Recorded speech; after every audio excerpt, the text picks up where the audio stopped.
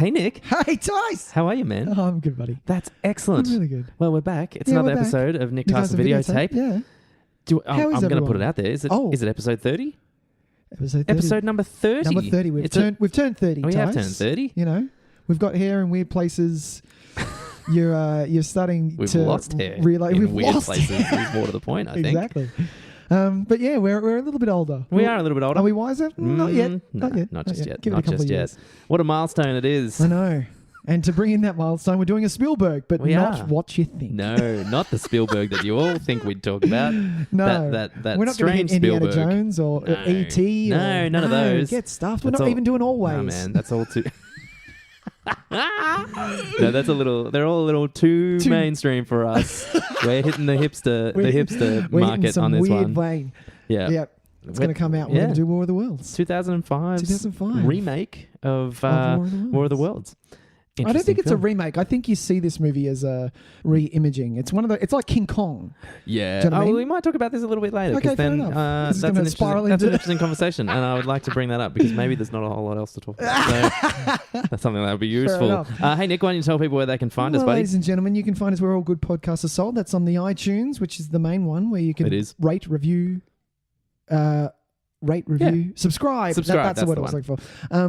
So we're on TuneIn Radio, Stitcher. There's a whole other bunch that I'm forgetting. I'm going to write them down one day and I'll wheel them all off. Just Google us and you'll find you'll find us through your podcast That's true. app of choice. That's We're pretty true. much on all of them now. And if you want to look us up socially, is that a thing to do? I don't... Is that what you say? Yeah, okay. If you want to look us up on social media, we're on Facebook, better. Facebook and Twitter. I'm like, what, And for like a coffee? I don't know if I'm do comfortable with that. Do we have to, with everybody who just goes, sure. have coffee with us? We're like, No, oh, well, we're if gonna, sure, fucking... we've fucking said it now. That's it, Jesus, it's well done. done. But yes, and you would like to write to us, we have an email account. We do. Which is nicktysanvideotape@gmail.com. That is correct. So yeah, that's it. I think that's the first time I've ever done that fluently without kind of stopping and It going. was quite fluent. It was a little bit.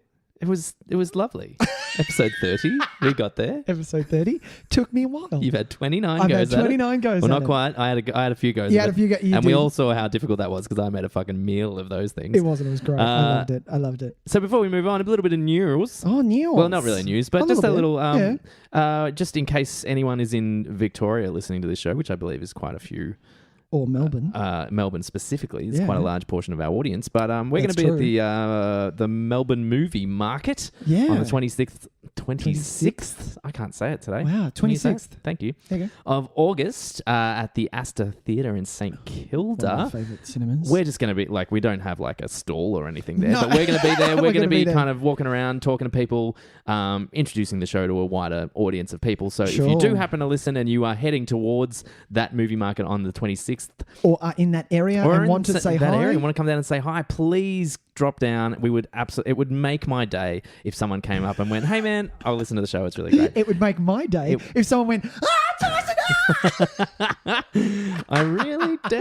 That's and the really reaction. gave him a massive big hug. What, how could that I don't know. possibly I don't be know the why. reaction? I just think that would make me laugh. But yeah, like, so if you happen to be in the area and you want to come say hi, that'll be amazing. We're going to be, walking around, talking to people about the Oh, show, and we're yeah. going to be sticking around for the film trivia that occurs after the market event. But the market itself looks really cool. Check it out on Facebook. They've got an event page. We'll put up something on our page. Yeah, we might run a link to it as well, so you can check it out that way. But it looks like it's going to be really, really fun. They've been putting up some details of the stalls themselves that are running. Nice.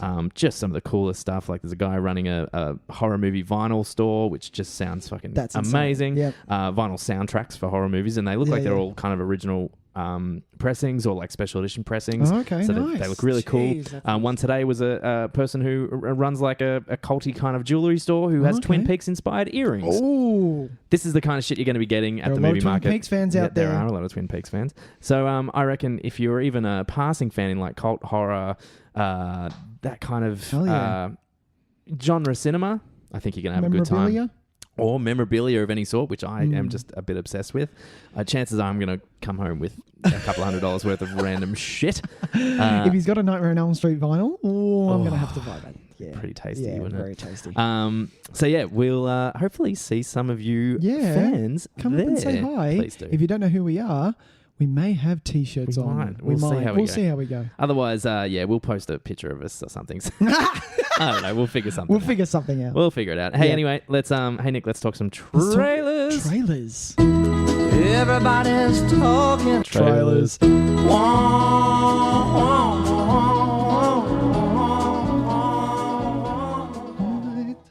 I need to the song. I want to hear the song again. Do you want to hear the song? Yeah. Should I just play the song No. through? I'll play it right now and see if it picks it up, and we'll see how it goes. Here we go. This is. We haven't sung the song in a while. We haven't sung it in a while. It's a good point. Hang on. Let me see. How do I make this happen? Here we go. Everybody's trailers. I don't know if that's getting picked up by the microphones at all. It's the wonders of. There you go. So Nick, Yeah, Tys. we've been. We've finally come up It's with episode 30. It's episode 30. It's episode 30. And it's finally happened. It's finally Me and Tys happened. have talked about it for a while. We're like, what's going to happen when we don't have a trailer to talk about? Guess what, ladies and gentlemen? There are nothing look, good, nothing there that were we want to trailers. talk about Yeah. has come. This was a stingy week. Yeah, man. Stingy week for trailers. It was bad. It was bad. And look, there were a And you couple know of things that came out. Do you But know what that makes me think? what's that? Is that tomorrow is going to be the drop. Well, I already of know tomorrow is going to be a good one because Oh, there was really? the pre trailer for Molly's Game, which is Aaron Sorkin's directorial debut. Oh, right. So oh, fucking That the Jesus. actual full trailer for that is getting released tomorrow. So by the time this episode goes Airs. live, that trailer will be in the Cosmos. Nice. And everyone would Unfortunately, have we seen can't it. talk about it because No. it happens tomorrow. 'Cause we don't see it. But God, is there a person I'm more excited to see direct a film? Oh, that's a ooh. For a debut film, like Yeah. to see what Aaron Sorkin does behind a camera. it's gonna I be am amazing. absolutely stoked. He's learnt from some of the best. Yeah. He's worked with some of the best over his career. And you know for a fact that you've got it's going to be a bankable thing because you've got a writer directing, Yeah. and that's And it's and things like script and is the gonna be there. Academy love that shit. Like Yeah. they Eat it love up. writer Eat directors. it up. So I think this is Molly's Game. I think it's going to be something to look out Molly's for towards the Game. end of the year. Bring it on. But because that technically didn't have a trailer. What have you got this week for us? So, Jason? look, we're just going to talk very briefly. There were 3 that are even remotely worth talking about. There were more, but man, there was some shit trailers. I think some independent filmmakers kind of realized that it was a dead week for trailers and just went let's release ours and try fair and deal. get a little bit of traction that maybe having it overshadowed by like the new Avengers trailer would be a bad idea. So they've gone, this is a pretty dead week. Yeah. So I did see a lot of shit. These were the 3 that looked the least shit, and What did you- that's not saying much. what did you see? Okay, so we've got Rememory, a Google original film, I believe, or Amazon original film. Okay. You might need to look that Google. up for me. Google original or Amazon original? I Sorry, can't what was it called? It's called Rememory. Memory. I know how to spell. Peter Dinklage. Starring Peter Dinklage. Oh, a little bit of a snap premise. there. The premise is interesting. It's about a guy who he's invented technology that allows you to see, not exactly relive, but to see like on a screen your memories. Okay. So it's not like you put on the thing and then you get to feel the memories. You Yep. you physically watch them like a movie. Okay. Oh my God. This has Anton Yelchin in it. Yeah, and it does look to be one of the last performances of Anton Yelchin. Oh, But wow. he doesn't look like he has a big Big role. part? Oh, okay. So they've grabbed his name and went, you know what? Yeah, you can be on the bill. I think Yeah. they know. Okay. They know.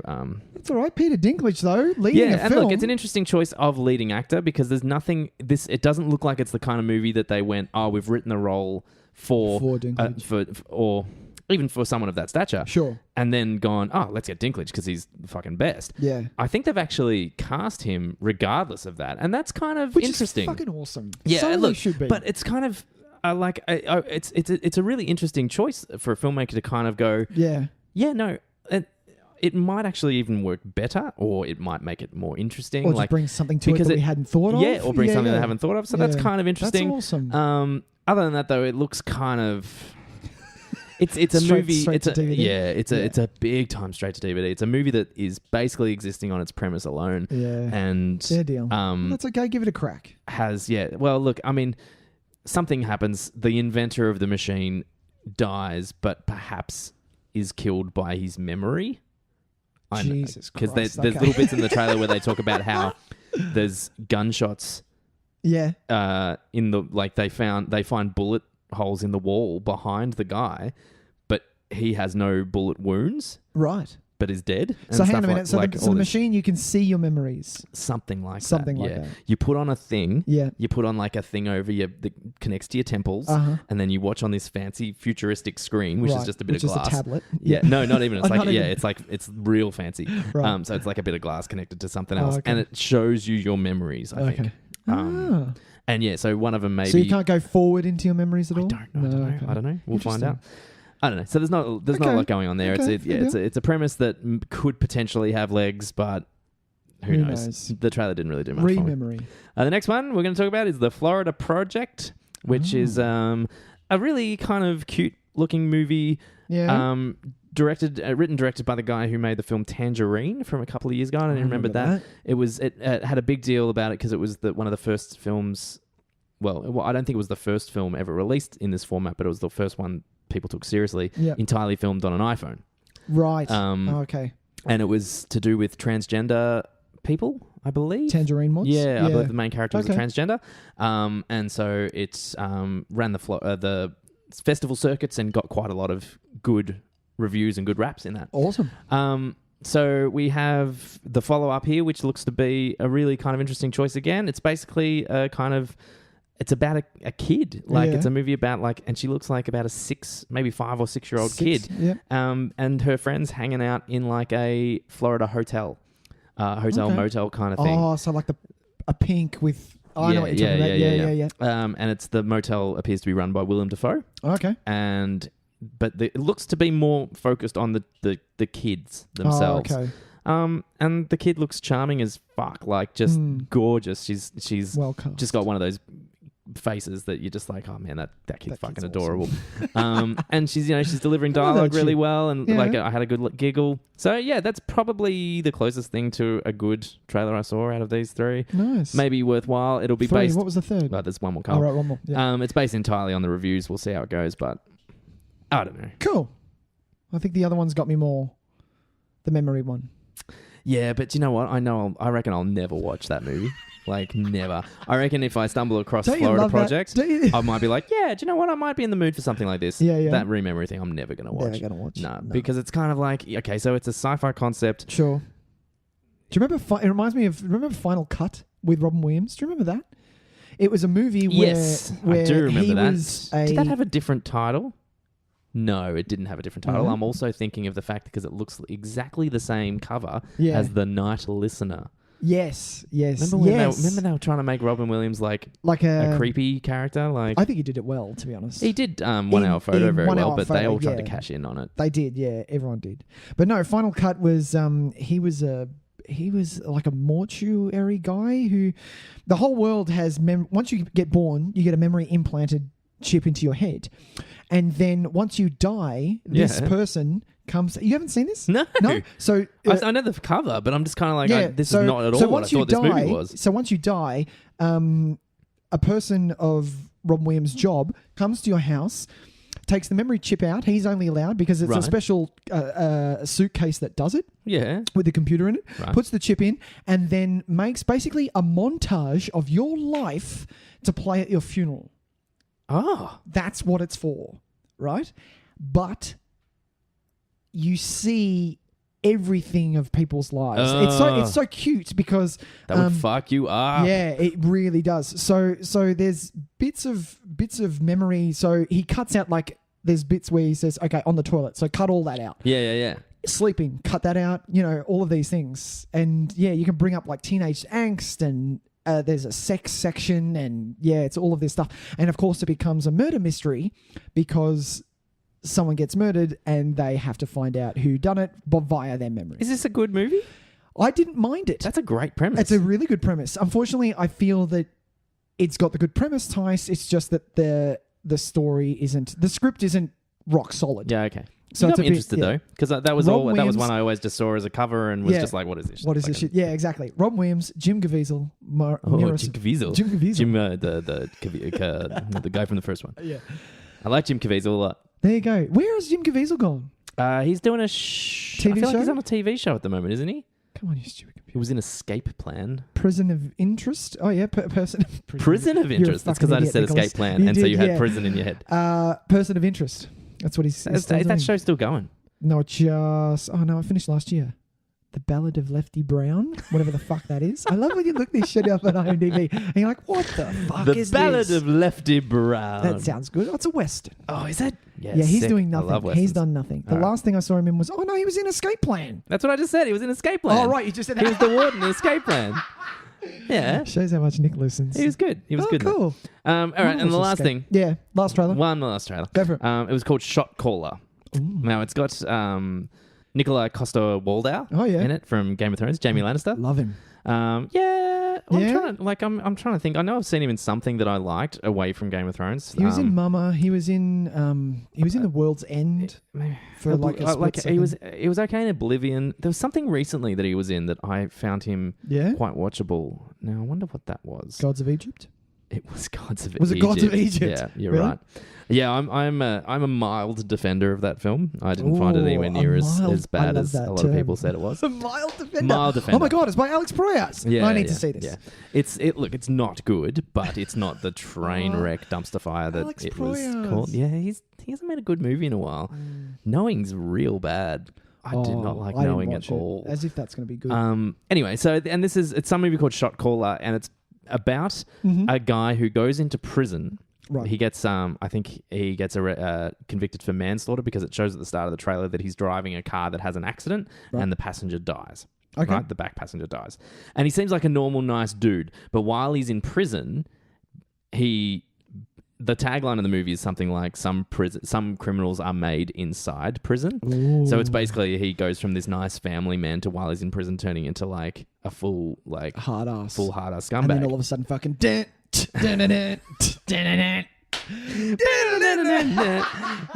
exactly. Yeah, exactly. And then it's a comedy again. So I don't really know the end result of this, whether it's going to be like American History X kind of downer prison style where it's all just kind of like, I need to have a shower after this film, or if it's going to be a redemption story because there's bits of him with his like dirty prison mustache and tats looking at photos of his wife and stuff, and it's like, are you just putting this on so that you don't die while you're in prison, or is it actually kind of taken over you? Weird.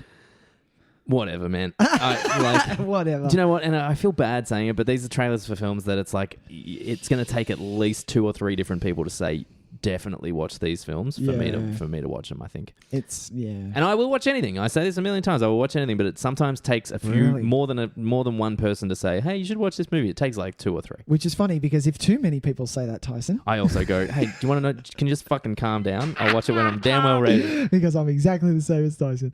People go, oh no, watch this, Nick. It'll be really good. Yeah, you've said that for the past half an hour. Yeah. Unfortunately, I'm not going to be able to watch it anymore. No, because you've ruined it. I'm never going to be able to watch this movie. Thank you so it. much. Thank you very much. I'll watch it when I die.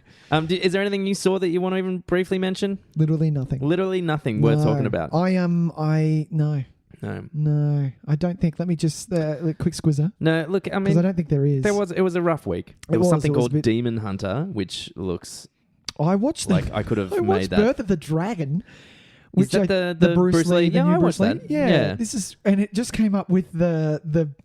That's what I think that was a couple of weeks ago. Logo. Oh no! And what are they doing? Oh no! It's just they're taking a stab. Well, it kind of looks like that. Dragon, the Bruce Lee story. Yeah. That movie was. I didn't mind that. Well, I quite like that movie. It's Rob Cohen directed that, I believe. Of Fast and the Furious 1 fame and Dragonheart. I believe that's him that did it, and it might be the only really good movie he's directed. I think. Yeah. They need to do it. I've never seen a good. I'd love a good Bruce Lee. Well, this is biopic. It's hard to do, I think. Really? Well, it's really hard. At least Dragon tried to capture some of the mystery around his death. Like, Dragon's got the bits I really like about Dragon are the way that it incorporates ancient Chinese kind of mysticism into it. Yeah. There's the whole there's the bits where he blacks out and seen it in ages. I mean, like he has like the weird hallucinations of the warlord and stuff like that. And I really think that's the strongest I need to watch it again. I haven't seen it in ages. But it looks like this film, this Birth of a Dragon film, looks like they're taking basically, there's a small part of the Bruce Lee story where when he came over to the States and started teaching, people fired up. And it pops up in Dragon. There's the fight where, because it's where he has his vertebrae broken in this fight. So I don't know if Dragon maybe just put two events together. Oh, okay. Or if this movie's going to end with him having his back broken, that's kind of a bit of an Maybe. anticlimax. Well, I remember watching the many Bruce Lee docos that I've seen. Yeah. There was one which I thought was this fight, which is he goes to the fight. He obviously wins it. Yeah. But he's upset with himself. Not that this would make a good movie at all. Sure. He's upset with himself because he didn't beat the time that he thought he would beat the person with. So he, it shows that how, the end of the movie is just him with a just stopwatch and going, it. no! And the credits roll. He's like, oh, damn. Yeah. Oh, well. Next time. And then he does Let's like go make Enter the Dragon. Hey, okay! Freeze frame, Let's and go then it's make Enter the some Dragon. rockin' 80s tune. Totally. You got to fight for your right to teach Kung Fu. And then that's the end of the movie. Amazing. Yeah, we're done. Tell me it's not. So yeah, that's the only thing that I've seen. And it looked entertaining, but it didn't look Yeah, it didn't looked look like pretty it was good, taking Bruce Lee seriously. Yeah, to well, me. I mean, it's obviously... Especially when it came up with the WWE League. I mean... I know they're a studio. It's just that you need to get the money from But them they're somewhere. they're a studio that haven't backed up their name. Like, they haven't beaten everyone's expectations yet. It's not like they people do a have gone... particular type of film.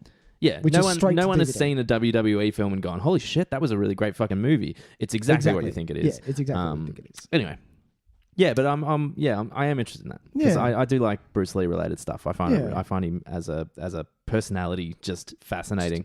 Just an icon who has Yeah. influenced. So much influence and Everything. so mysterious as a person. And I do love I do love a trailer cut well, and this trailer was cut well because you see him fight, and at the end of every punch, he's like, yeah.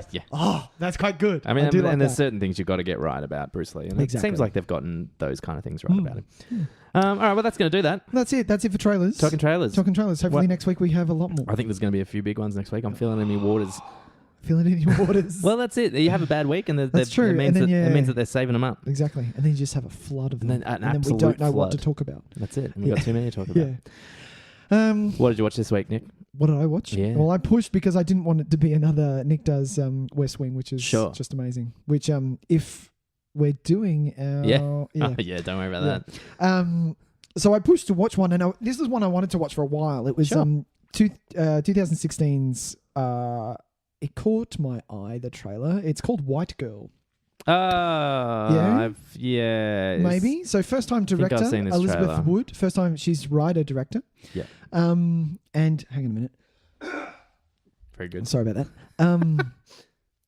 Yeah, and it was sort of okay. So I'll tell you the premise, and then I'll talk about it. So it's a summer. It's based around a summer in New York where a girl moves to New York from a small town.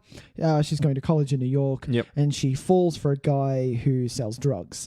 It's a very edgy. It looks very, very in the same vein as sort of Kids, but not that hard. Does that make sense? Sure. Yeah. I know exactly what you mean. Confronting, yeah, a little bit, on edge. Yeah. But yeah, one night goes, so she's with him for about a week. One night goes wrong. He ends up 20 years jail. Wow. And she has a brick of cocaine to get rid of. Oh, somewhere. okay. Yeah. Party. Yeah, and so yeah, to be honest, and so she just spirals from there. It spirals down from there. For a first film, Tyson. Yep. You got to give credit where it's not bad. Sure. It's not, it's not, Yeah. What's a first film that I always go to that it was amazing? Like, The Usual Suspects. Sure. That was a first film. Like that was insane, but that's a good script. But this was good. It did push a little bit too hard trying to be edgy. Sure. With the amount, just loading the film with sex and so many sex scenes and so many drug references. Yeah. That it just felt, overall, it felt too formulaic. Yeah. It's a careful balance. I knew what was going to happen. Yeah. Do you know what I mean? So by the end, by halfway, I was bored and I was like, yeah, I know what's going to happen. Come on. Yeah. Yeah. Well, because I think when you watch a film like that, you've got to avoid feeling desensitized to those things that they're showing you. Exactly. And so a film needs to know the perfect amount of, so you can have your first sex scene be very confronting and very in your face. Yeah. But then if you've got 6 of them in a row, by 5 and 6, you no longer care. Yeah, you don't. Same thing with the drug stuff. So if you want to have shots of fucking shooting up in between their fucking eyeballs. Yeah.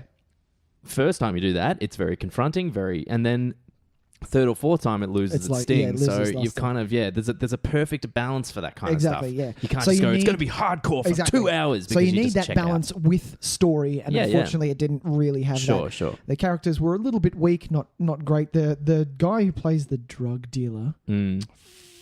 I tried to remember his name. What was his name, Nicholas? He did really. I thought his performance was really good. Yeah, great. Brian Mark. Okay. Yeah. The name doesn't ring a Does bell. doesn't ring a bell? He's been in a few things, but Okay. but yeah, it was really good. It random. Do you know who? What was his name? Justin Bartha. Do you remember from Hangover. Yeah. So he is in it trying to get away from his non blue collar image. He's trying to be a bit rough as well, and as well as Chris North from from Sex and the City. Yeah. He plays not a nice man at all. Sure. Tries to rub that off as well. I feel like these kind of movies, they always have one or two kind of noticeable faces in smaller roles, just to help it kind of it helps selling it when you've got these kind of independent films. It was good to see them do that. So But yeah, as far as an edgy drug movie, it kind of it didn't really. I know that not a lot of movies you're not supposed to glamorize drugs. No, of course not. In some way, but it just it made sex and drugs quite boring. Sure. Which is, wow, that's hard work, man. It's hard work. That's hard to make that boring. Sex and drugs boring. Yeah, look, I did see this trailer. I know the one you're talking about, and it's. I think I've got enough of these movies in my life. Exactly. If one of them comes out and it's really, really great and it needs to be seen, it's the same thing. Of course, I'll watch it, but. If one comes out and people, and I remember generally just hearing that it's fine, and I'm like, well, then maybe I'm not going to get around to watching that. You don't need to watch it. You've seen it before. There's only so much time in a day. For a first-time movie, awesome. Well, and that's it. Like, sometimes you got to just acknowledge that, how hard it is to even get a movie made. Exactly. So congratulations on that. Well done. Yeah. And it looked sublime. Oh, you good. made me want to be in New York again, Okay, cool. Yeah. Excellent. So, yeah, it was really excellent. good. Yeah. Oh, well, maybe I'll get around to it at some point or another. White girl. Code there for cocaine. Get it? As in she's the white girl, because, okay. Yeah. What do they call cocaine itself? White girl. It's a slang for it. It's a for word cocaine. for it. Yeah. White girl. I got white, yeah. I didn't know that. You didn't know that? No. Look, I'm not a coke fiend or anything. Episode 100 people look at Tys and go, hey, welcome back to Nick Tys and Videotape. It's really... Yeah. We'll do that with maybe. all the podcast money that we're going to be making. Yeah, I really I'll just be mountains of cocaine. Fucking Scarface style, just sitting there. No movie review, anything has ever gotten to that point. I'm pretty sure. Not even Dave and Margaret smoke. Not even David and Margaret are doing cocaine. No, they've been snorting some shit. Don't you worry about that. Fair enough. They've had their share. What did you watch this week? All right. Well, so I wanted to rewatch Mission Impossible 5. Rogue Nation. Right. Because I bought the Blu-ray not long ago and I thought, that'd be really cool. Nice. It turns out my partner Emma has not seen any Mission Impossible films. Oh, well, that can't be. So this can't be. That can't be. So we decided to go back and watch some Mission Impossible films. So of course, starting with the first one. So we got amazing. Yeah, the first one is great. I actually really, really enjoyed it. There are some moments that don't hold up fantastically well anymore. Mostly because we're so we're so attuned to certain kind of things in our action films now that sometimes when you see them, you're kind of just like, oh, whatever. But, and I would keep having to remind Emma that it was like in 1995 or 96. This was badass. This was huge. This was massive. Is it 96 or is it earlier? I'm not quite sure. Sorry. Maybe 95 or 94 even. No, I want to say 96. I love how much you jumped around there. That was amazing. 96. 96, yeah. So in 96, some of that stuff was huge. Like the sequence with the exploding fish tanks. Massive. Huge. Because they did it for real. Everyone saw that in clips and was like, holy shit. Yeah. And of course, Tom had to do Emma's that himself. reaction was, oh, the fishies. And I was like, no, this is like a huge action moment. She's like, amazing. oh, it was all right. But look at all the fish. I'm like, all right. You've taken away the wrong result from this moment. But even stuff like how many times have we seen that bit where the helicopter blows up and he gets green light, and he jumps from the thing. And look, to be honest, I mean that used to be one of the clips that showed off DVD back in the day. This is DVD guy, and it would be slam onto the train. It looks no good now. Yeah. And that's I unfortunate. remember the helicopter looking really bad. Yeah. And Jean Reno. Is that it? Like he's terribly composited is he? face. Oh shit! Just sitting Just in the sitting thing. in the thing. It In looks the like some of it looks really bad. Yeah. But overall, But as far as story goes, for a Mission Impossible, it's really great. And I think I forget. We're so used to films now trying to rip the rug out from under us. Like that is a film's goal now. When you went into this Mission Impossible movie and this, I mean, spoilers for Mission Impossible, I guess, but it's 30 years old. 30 years old. That's Holy awesome. shit. Jesus, we are. No, it's only 20 years old. It's fine. It's not 30 years old. It's 21 I was going years to say, old. it didn't come out when we were 7. No, No, it's all right. I freaked out for a second there. That was scary. It's only 20. All right. But it is 21 years old. So Calm down, people. I think I can spoil it. But after the first half an hour, when all of the main characters bar 2 are killed. Die.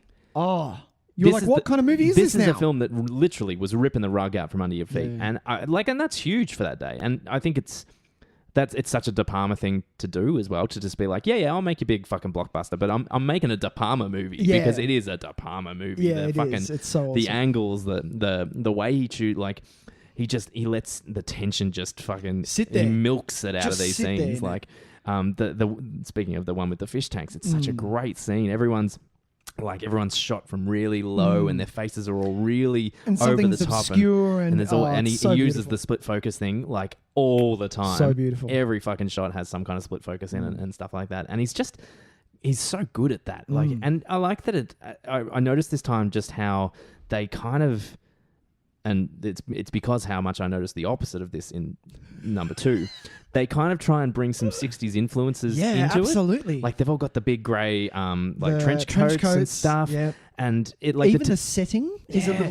It feels a bit kind of like, even though the technology isn't, the art direction of the thing feels a bit old school. Yeah, especially that start. I remember the start where he's got to take the poison and they're waiting, and Emilio Estevez is looking on the small screen, and you're like, oh wow, this is kind of, and how it's a great opening. Revolutionary was the mask pull. Oh yeah, which looks horrible now.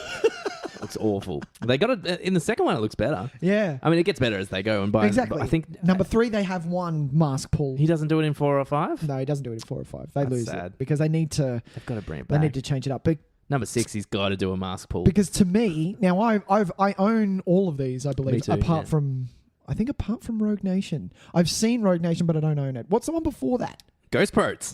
Yeah. I own that. Ghost Protes is the bomb. I love Ghost Protes. No, but it doesn't, for me, nothing can beat Mission Impossible 3. Mission Impossible 3 is kind of my favorite too. Is the I'm really pumped to get to it. Yeah. Top. Yeah. If you were to ask me what is an insane action movie from that time, bang, Mission Impossible 3. It got so many things right. That start, oh my god, I was in your throat with that. Yeah. It's funny. Like, I think we might have talked about this, but it was... Have we? Yeah, because it's... The opening of that is like the opening of all the best episodes of Alias. He basically JJ just basically says, you know what I do really well? Yeah, I do a good opening. I do a good opening, and Alias this is the... JJ needs to do Bond. Well, JJ would do a pretty great Bond film, I reckon, yeah. But I don't like these people who think that JJ can't direct emotion. Oh, there's some really great moments in 3. In 3, in Super 8. A lot of people think he's a very... focuses... Super 8 is like... super like very obviously going for the emotional connection, but a lot of people think he's a little bit too much weighs on his special effects, pushing his moving along. I don't know, man. Like, I don't think so at all. I kind of miss a little bit of older JJ, but and he'll come back around. He's at his peak. Let him do Star Wars. Yeah, Jesus, he's sowing his oats. I do have one gripe with A Force Awakens, though, that we'll talk about one day. We'll talk about it. When we'll talk about that. But yeah, so Mission Impossible 1. But how's Mission Impossible 2, Tyson? Well, we only got halfway through because Emma fell asleep. So we have to pause then. So I will come back to that. But I was enjoying it so far. I actually was enjoying it more than its reputation kind of has. I don't mind it. It's not impossible. It's it's for me. I always say this is like, it's mission. Yeah, I could do that. Yeah, mission. That's not too hard. Yeah, that's not too hard. Yeah. Well, it's like the thing that Anthony Hopkins says in it. You know. Yeah, this isn't mission. This is Mission Impossible. Difficult. Should be a walk in the park. Yeah. It's like, yeah, you're right. There's not really random, a lot random Anthony Hopkins. And it's very John Woo, but it's John Woo doing some of his worst indulging his worst habits. Yeah. Have you seen Wind Talkers? That's Nicolas Cage? unbearable. Yeah, that's unbearable, John Woo. Oh, really? And this is No. I think that was a have couple of seen years Wind Talkers. later than I've either this. seen Wind Talkers or what's the Bruce Willis one? Tears of the Sun. Tears of the Sun. Yeah, I've They are definitely. literally- I've seen Tears of the Sun, and I couldn't tell you anything about it. We are going to do a Double feature on forgettable war movies during the time when everybody was trying to make the next big war movie. Yeah. Yeah, that was a big time. Oh, well, I can't wait for M to see Mission Impossible 3. Yeah, oh, really. M, And this is what I'm you really are excited about. in for It's a going to be a ride. lot of fun. But yeah, so number one, man, it's definitely still worth it. Some of the Yeah, special man. effects doesn't fly, but God, sequences, it. some of those sequences, the opening sequence, the bit in the fish shop, Yep. the fish restaurant, the CIA Langley bust in. Yep. bust in is still unbelievable. Unbelievable. Do you know what's funny about that movie? Every time I make toast, I go 1, 2, 3, toast. Sam's like, what the fuck are you doing? Oh, it's so So good. Every time I make Yeah, toast. well done. I Yeah. like it a lot. All right. Yeah, shall we Let's move on. press on? Yeah, let's press on Feature- to our feature presentation. Feature presentation. And now for our feature presentation. Well, Hello. today then, we are talking about The War of the Worlds. War of the Worlds. 2005, Steven Spielberg Yeah. reteaming with Tom Cruise With Tom, this was after after Minority. the success of Minority Report. Minority was so good. We have Yeah. this really interesting kind of It's a take on for me, War of the Worlds is one of those ye olde the aliens are coming. Do you know what I mean? Like run for the hills, sort of. yeah, Do sure. you know what I mean? Like it's one of those old. Well, it was written in I think it was 18. Damn it! I wrote it down when it was written, but I forgot. was it Jules Verne? No, it's W.G. Wells. W.G. Wells. W.G. Wells, yeah. No, it's that's not. Sorry. They're not the right initials. We're going to H.G. Wells. H.G. Wells. Thank you. Yeah, no, you're right. So yeah, and it was a radio play. Yeah, it was And the the- awesome. I mean, the story is notorious. The Orson Welles But it- radio play, yeah, look people that up. freaking out, thinking it was actual Yeah, news footage. Yeah, and I looked that up. That actually did happen, but yeah. it wasn't a town. It was a couple of people. And I'm like, oh, that ruins the story. It does. There's a movie based around that as well. Yeah, yeah. I can't. I know I've seen the trailer for it.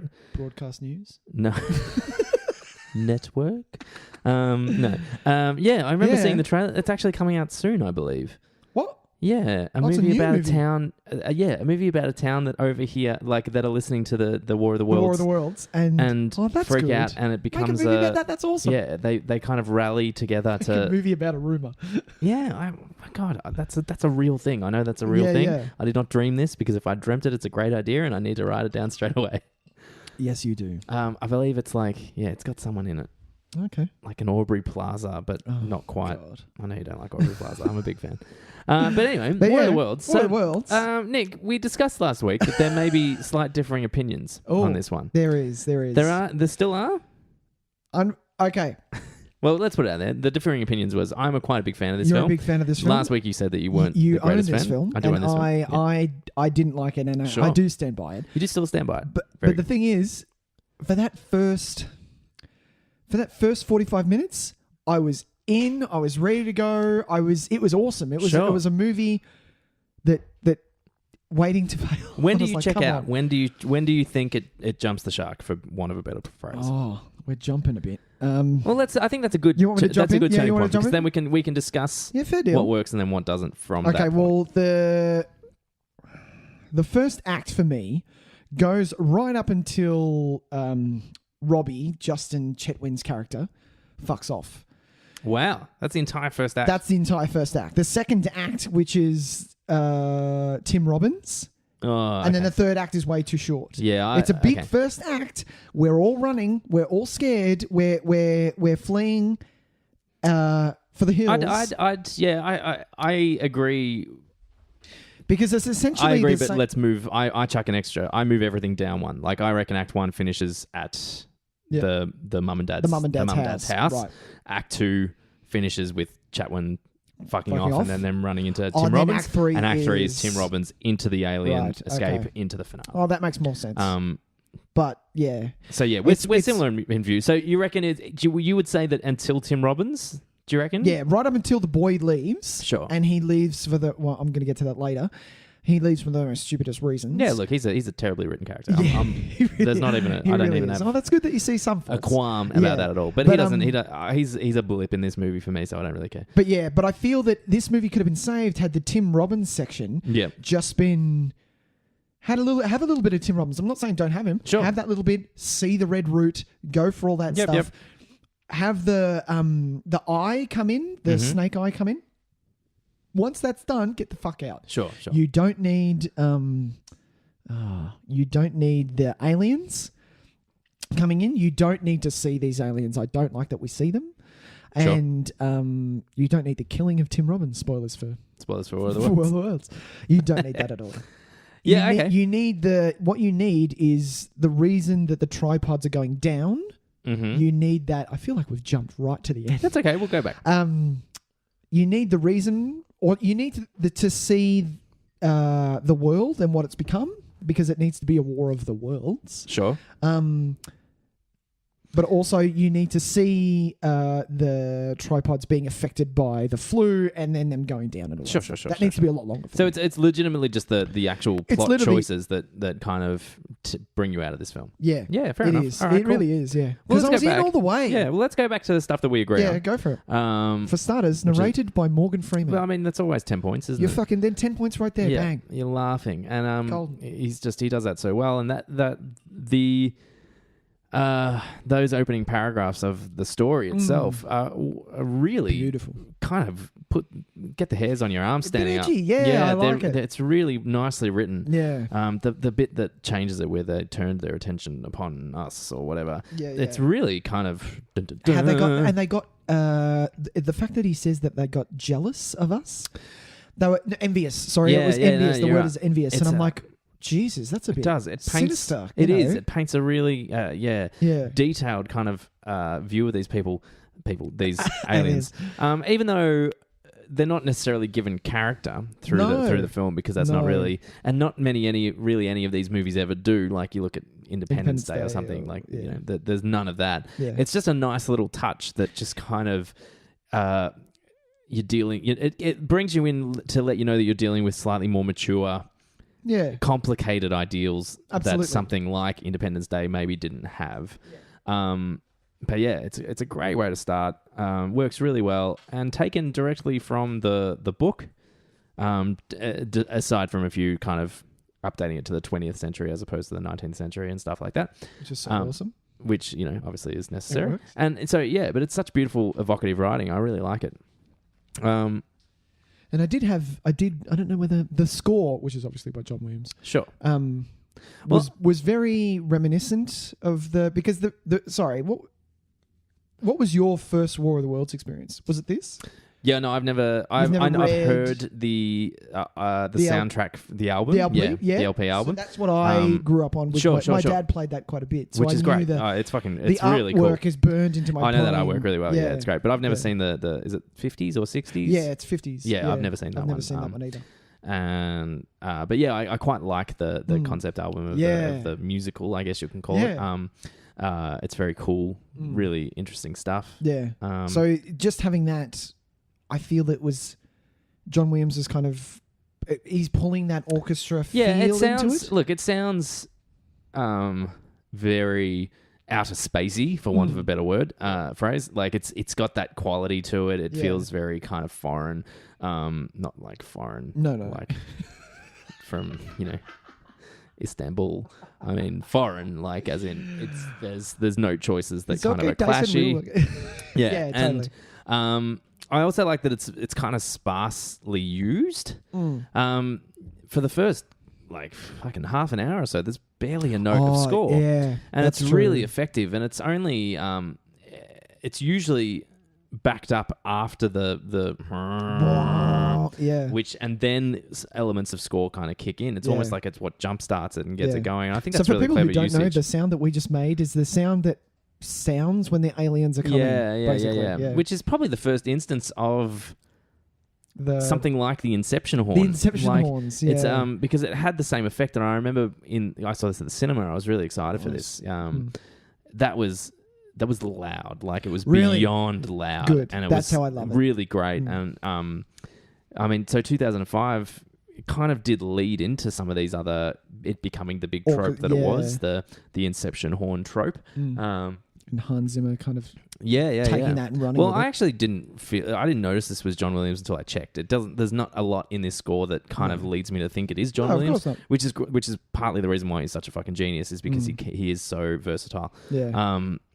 But yeah, I like that it wasn't just there because we needed score. They chose the really effective moments when to use it. Yeah. They kept it out of They the fucking wanted way silence, when they didn't want it. silence? Yeah, exactly. Exactly, And yeah. some of this stuff works a lot better with silence and with Yes. just diegetic sound. Yeah. Because this whole first sequence, there's no score, there's no glamour to it at all. He does this thing during these daytime sequences where he makes the glare almost artificial. Yeah, I know what you're talking about. And so it gives it like this coldness. Yeah, it's almost like it's not a white wash, but it's almost, you get that point where you hit the sun into the camera. Yeah. And there's certain out. points where you can literally see like the glow off people because it's that, yeah, you're right. It's that certain time of day that he's trying to demonstrate where everything is glary and everything. But it makes it it makes it cold because it does. It makes it alien. Yeah, and it's desaturated to the point where some of the colors don't feel natural.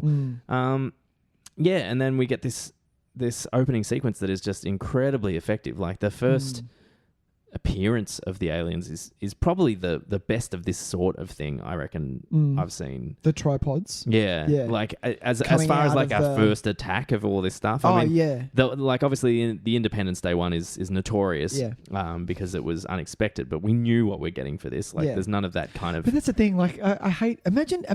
Could you imagine an Independence Day had we not seen the White House blow up in the trailer? Could you imagine that? That shot that everyone has seen. That shot, they would have gone, oh my God, they blew the one. You know, that would have been huge. It would have been huge. It would have absolutely been huge. Yeah. But, you can't market a movie around the fact that aliens are here and it's friendly and fun. Yeah. And then that's the end of the movie. Yeah, totally. Yeah. At least in this one, where like we knew it would. I like the way Independence Day plays with that kind of that possibility, and it's only Jeff Goldblum figuring it out and the countdown and all that kind of shit. Like that's good. That's all good stuff. But this is, from the start, we know what we're getting. We know everyone knows the War of the Worlds kind of mythology, even if they don't know the specifics. We know where. And even if you don't know, it's called up. War of the Worlds. Exactly. There's going to be a war. Yeah. Exactly. So I like that they get straight into it. It's brutal. It is the heat ray, which is beautiful in this. It's so well. It is. It's an idea that is perfectly well formulated. Yeah, it's almost like something you've never seen before. Yeah, I don't think... It really is. Well, this is... I remember at the time, because we were kind of experiencing a bit of a... I think we were oversaturated. We were oversaturated with the world-ending kind of stuff. That's true. You know what I mean? And so when I knew that Spielberg was doing one, there was an excitement factor to that, because it was like, I think we might actually see something we haven't seen before, and it was true. He really took it, and he made it. For one, he made it fucking horrifying again, because it is quite scary. Oh hell yeah! But that way he also very cleverly avoided. He managed to make it terrifying but never violent. Which true. I find, that's a guy that knows what he's doing. Which I actually really liked about this film. It's a movie that you can watch with your kids, because it was like that's what I kind of like. It's like a family invasion movie. Do you know what I mean? Like because it was an event. It was not necessarily a family event, but it was a blockbuster event. Yeah. So kids went. On the level families of went. Godzilla and King Kong. That's why I was saying that before. Yeah, absolutely. Because this is a movie that can be redone in it's funny you say that, because there's this is partly the reason why I'm okay with some of the stuff that happens later. Oh, okay. Which we'll get to at some point. I'm going to put a little star on my page so I remember to mention exactly what we just were about to talk about. Okay. And God, even the it's not POV shots, but it's the way that the camera. We're not in this for destruction porn. Do you know what I mean? No, yes. That's true. All of these movies, like 2012 was on TV the other fucking night, and that is destruction porn, right? It's like what happened to this country? Well, let's also cut over to this country and see what happened to them. Yeah. And it's just wide shots of their landmarks being just like they even tried to hang a hat on it. The Sydney Opera House has gone down again. In fucking Independence Day Resurgence, they tried to hang a hat on it by having Jeff Goldblum say, "Oh, they love getting the landmarks," and it's like, no, you can't say that. That doesn't count. Really? That doesn't make it okay. Yeah. Oh, that's hilarious. But you know, this is a kind of movie that makes it isolates the damage. Yeah. Yeah. So we only see the damage that is Exactly. They related were to after Tom us. Cruise and his family. No, but they were after us. That's the point of these aliens. They But were it's, after you know, us. It was an extermination. They mention in passing, you know, things about it's happening in Europe as well. But this is not a movie about Europe. It's a movie about Tom Cruise. So we only see the destruction that is relevant to him. I do like that. And in order to make that really effective, the camera basically stays at our level as well. And so we don't get... You see them from... you see them from towering. distances. Yeah. And you see them as a human being would see the destruction happening. Only, you know, every now and then there's a slightly wider shot. Like there's the wider shot when they... Get out of the water. And we find... But that's a nice landscape because you want to see And that's a choice to we're going to go wide on this shot so you can see a little bit of it. Yeah. But I really like that it's isolated and focused on one person's view of the destruction. Okay. I think that's really effective, and that's something that we hadn't seen before either. Yeah. And so having him run through all these areas getting fucking just trashed. Or just the people getting raid in front of him and going through the smoke and shit. And like that's terrifying. Yeah, man. But makes it personal for us as well. Gives us the perfect opportunity to do what would we do in that situation, and that's what I think a lot of good movies do, is give us the opportunity to be completely empathetic with our lead, and it gives us that opportunity by not pulling out to a wide shot and then seeing little mini CGI Tom Cruise running down the street while things are crashing. While we're seeing the destruction all over the whole chase sequence in 2012 with the limousine, where it basically just pulls out every now and then because we can't miss how fucking great this destruction looks while there's a little mini CGI limousine driving down. Look at it go. Yeah, and it's like, well, that just I have no personal, I have no connection to this anymore. Yeah, exactly. I'm now viewing it as an outsider, whereas this keeps me 100% in it as someone that's experiencing it. Yeah, that's true. And that rules in this movie. Do we take Tom Cruise's side in this though? We don't really side with him. He's a bit of a prick. You don't like. I like that it's not. No, that's one of the things that I wrote down. It's such a good choice to have the story follow a family instead of a typical loving family. Yeah. This family, you know, is about a father who just lacks responsibility and is now taking care of two children, and he has no idea what he's doing. No idea. And that's this is a Spielberg thing. Like he loves to put the focus on the family dynamic and the family dynamic, and let the events that are unfolding, however fantastic as they are, let them be the kind of catalyst for either repair or destruction of a family. And I think this is a really great I think it's a good choice example of a person growing into a fatherly role. Does he though, Tyson? I reckon he does. Yeah, I reckon he does a really good job. I don't think so. You don't buy it? No, I don't. Well, this is the... don't get me wrong. I think that what the job that Tom is doing in this, and I've always said that I've loved Tom Cruise's acting. Let's just leave it at that. He plays an asshole well. He does this job really well. Do you believe him at the start with that job though? I don't feel that Tom Cruise would work that job. Is it irrelevant? I don't think it's relevant. I think they're just trying to show him as a blue collar kind of guy. He could have been a mechanic. He could have been a garbage man. It didn't matter. I don't think. But yeah, he plays like that scene where him and his son are playing catch and just the back and forth and. Such an asshole. Yeah. And it's such a beautiful scene. You feel that. Yeah, it's great. I think that's really well done. So good. Fantastic. But so good. But see what sorry, what was No, you go first. Well, just in regards to showing the kind of arc of his arc. Does he have one though, Tyler? I really think so. I think the arc is... He doesn't for me. Well, for me, the strongest character moment for him happens in a bit that you've already said you don't like. So I think maybe that infects really? it. Okay. Because for me, because I'm already out. The strongest moment of this film is when he doesn't know the lullabies, and you see in his face that it is utterly heartbreaking because the one thing his daughter wants at that time he can't provide her. Yeah. And so even though he's done as everything he possibly can, he's he had Robbie like by the throat, telling him, "You cannot leave. I need you to stay." And and the son left, and he's done everything he possibly can.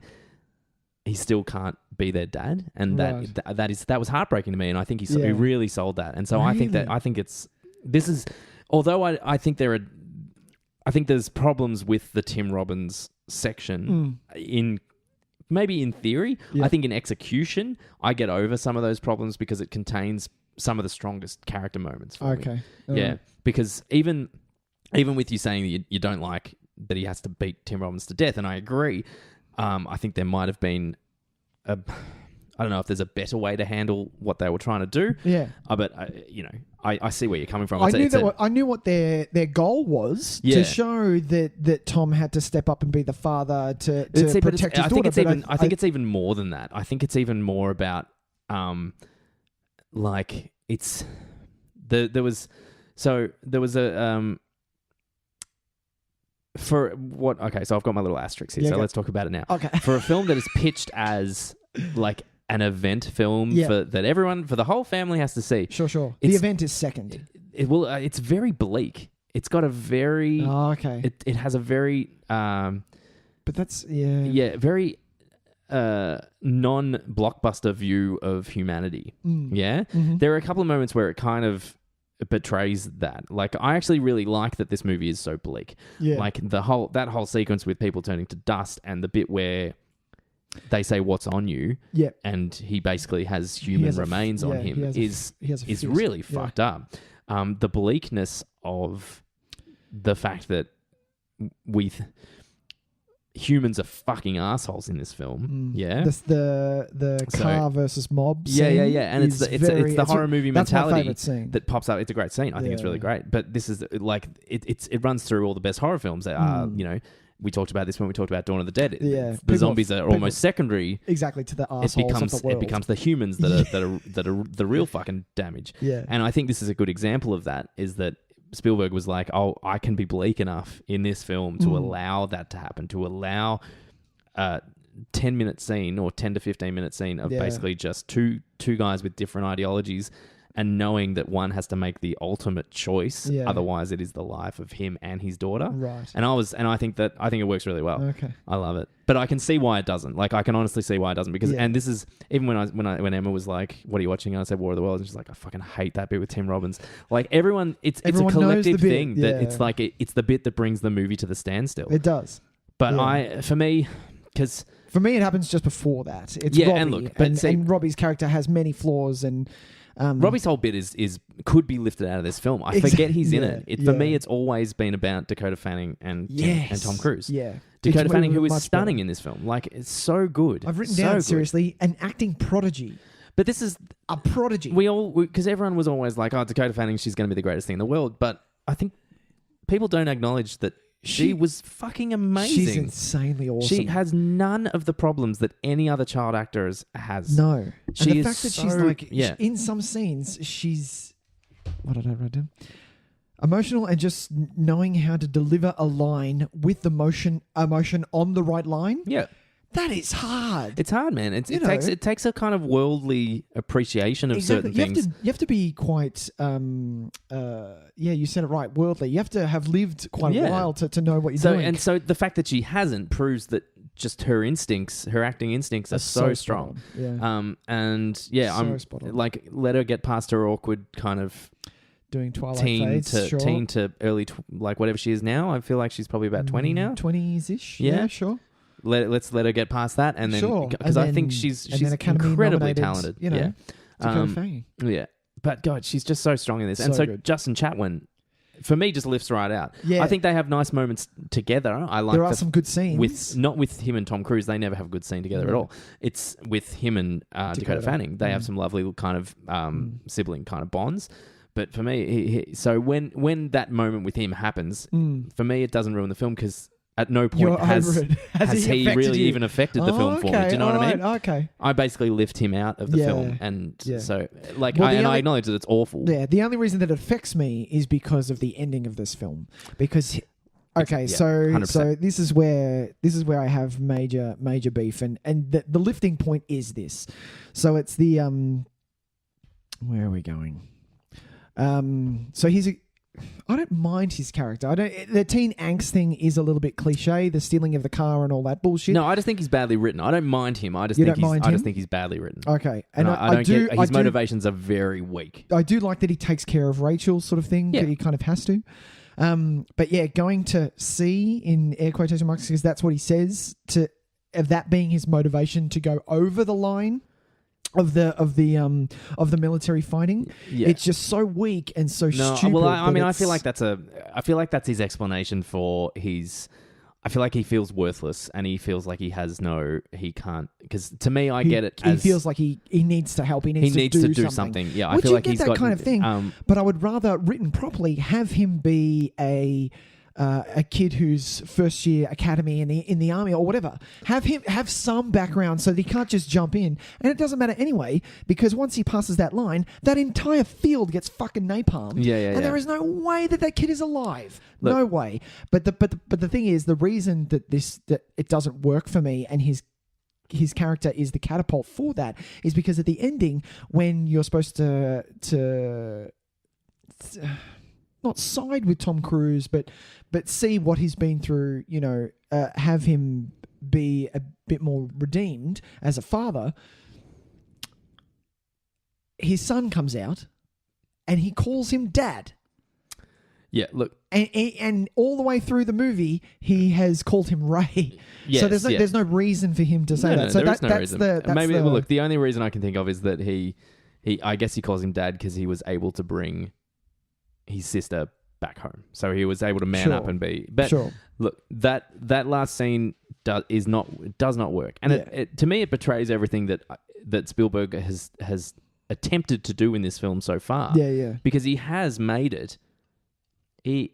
He has made us doubt whether or not these people will survive. And that's very effective because you watch a film like this and at no point, usually, you'd be like, well, the kid's not going to die. There are times when I strongly think they are not going to get out of this alive. Yeah? That's because true. It's that kind of film where you're like, does he have the balls to do it? Maybe he does. And so and that's part of that bleakness thing I was talking about, where it's like he's willing to go to the places that usually only legit horror films would go to. Like, they're showing that kind of side of humanity. So this ending kind of betrays it for me. Because I feel like he's worked so hard to show some of those elements and to really get us to feel unsafe that saying, oh, it was okay, he was fine. No, he just got on a Jeep and it's all good. This is why they should lift him completely out. The way this film should end is that it's Miranda Otto crying her eyes out because she's lost her. They cry because they've lost their son. But he brought her daughter back. That would work. He managed. That would really he work. Fucking went through hell and back. He busted his ass and he got her back. And he got her back. And there's a little bit of a relationship, a building block for Dakota and Tom. Yes, exactly. And she's pregnant again, and so there's kind of this like life has a cycle thing. Exactly. Him being there reeks of a studio guy going, "Oh no, you can't kill the son. Bring him back at the end." Like, it does. Bring him back at the end, or this movie doesn't get released. Like, that's what it feels like to me. There's no way that Spielberg doesn't have the clout to go, I don't know, man. You can shut up, dude. Because it doesn't sound like Spielberg. He's got better instincts than that. I feel exactly. Like. Because he's made choices like that before. Exactly. He's killed characters even before. If you look at that scene, like that, even though we have had a massive alien invasion, that street has not been touched. The cars are in the same place, even though the EMP went off. Everything's fine. Everything, not even like in the distance. I need something. I don't really like. I just don't like the way it ends. But for me, it's only really that sequence and some of the Robbie stuff that doesn't work for me. The rest is fairly strong. Like I said, that first chunk, I am with it all the way. And look, I love it, man. Like that mob. What we're talking about. Well, let's go to the mob stuff because that's really effective. Because that is, for starters, having when they're driving around to the parents' house, having the only working car. That would scare the shit out of me because that would put me on edge. Driving that car through everyone, just on the freeway, not in the people. No, even on the freeway. I am scared because you are a target. You are 100% a target. But not only the aliens, but for humans as well. I honestly think they should have ditched the car. At the parents. Leave it at the parents. Yeah. I don't think it was necessary anymore. I think. Well, look. I like what he did with it though.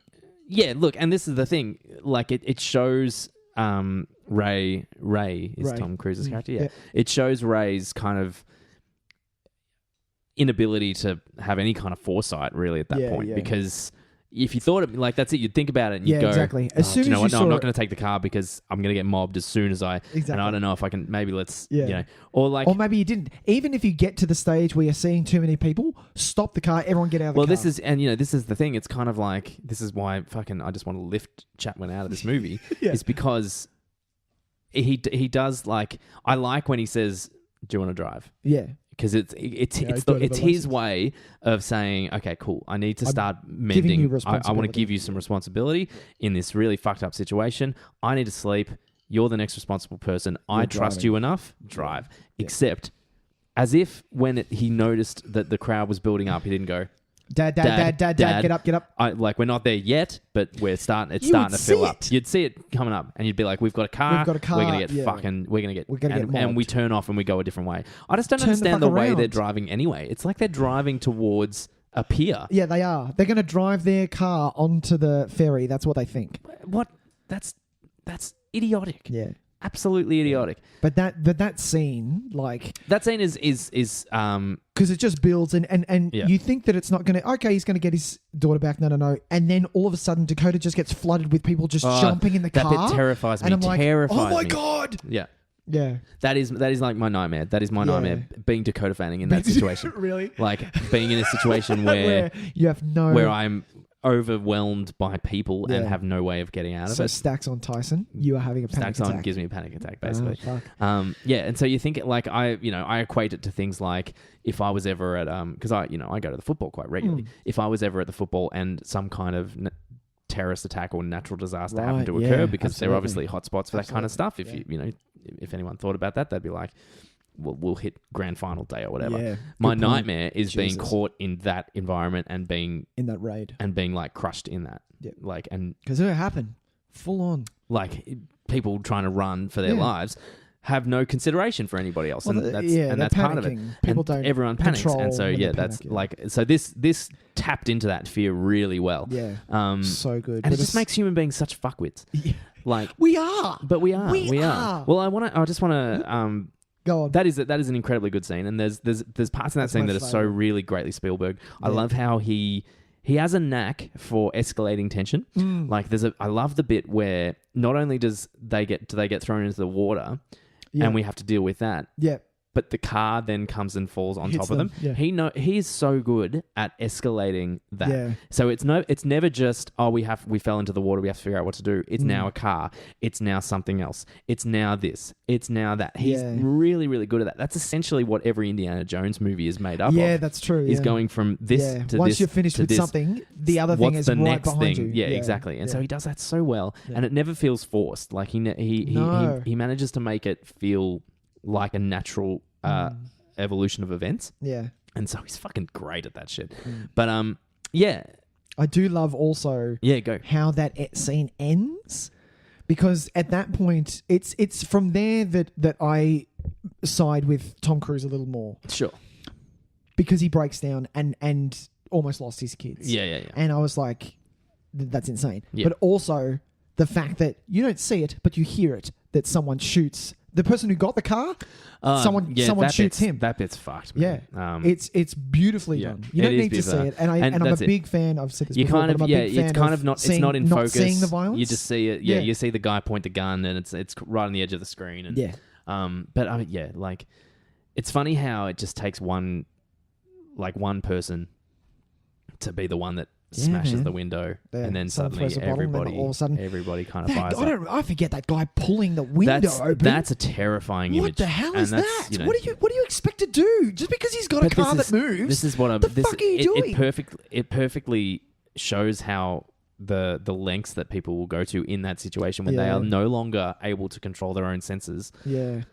Like people do shit like that. Like, and That's it's scary. part of that thing. Like, there's a guy. He's wearing like a baseball cap. He's Yeah. like an older guy, Yeah. and it's clever how they make him almost. Like they don't distinguish them very much. Oh no! Like it's a mob. They keep it so that you could put anyone's face on that, Mm. and he just kind of he looks just like a normal old guy. Yeah. He's your quintessential older white dude. Yeah. And yet he's the one that just crawls on top of Dakota. Basically, just does not give a fuck that she's in the car. He's in there. He's and so that part of it freaks me out. Yeah, man. I really like that ferry sequence because I mean, look, and it's just. You get little moments where the movie gets to stop, like you get the train, the flaming train going past, which is a really great image. That was great, really effective, and the fact that no one says anything after.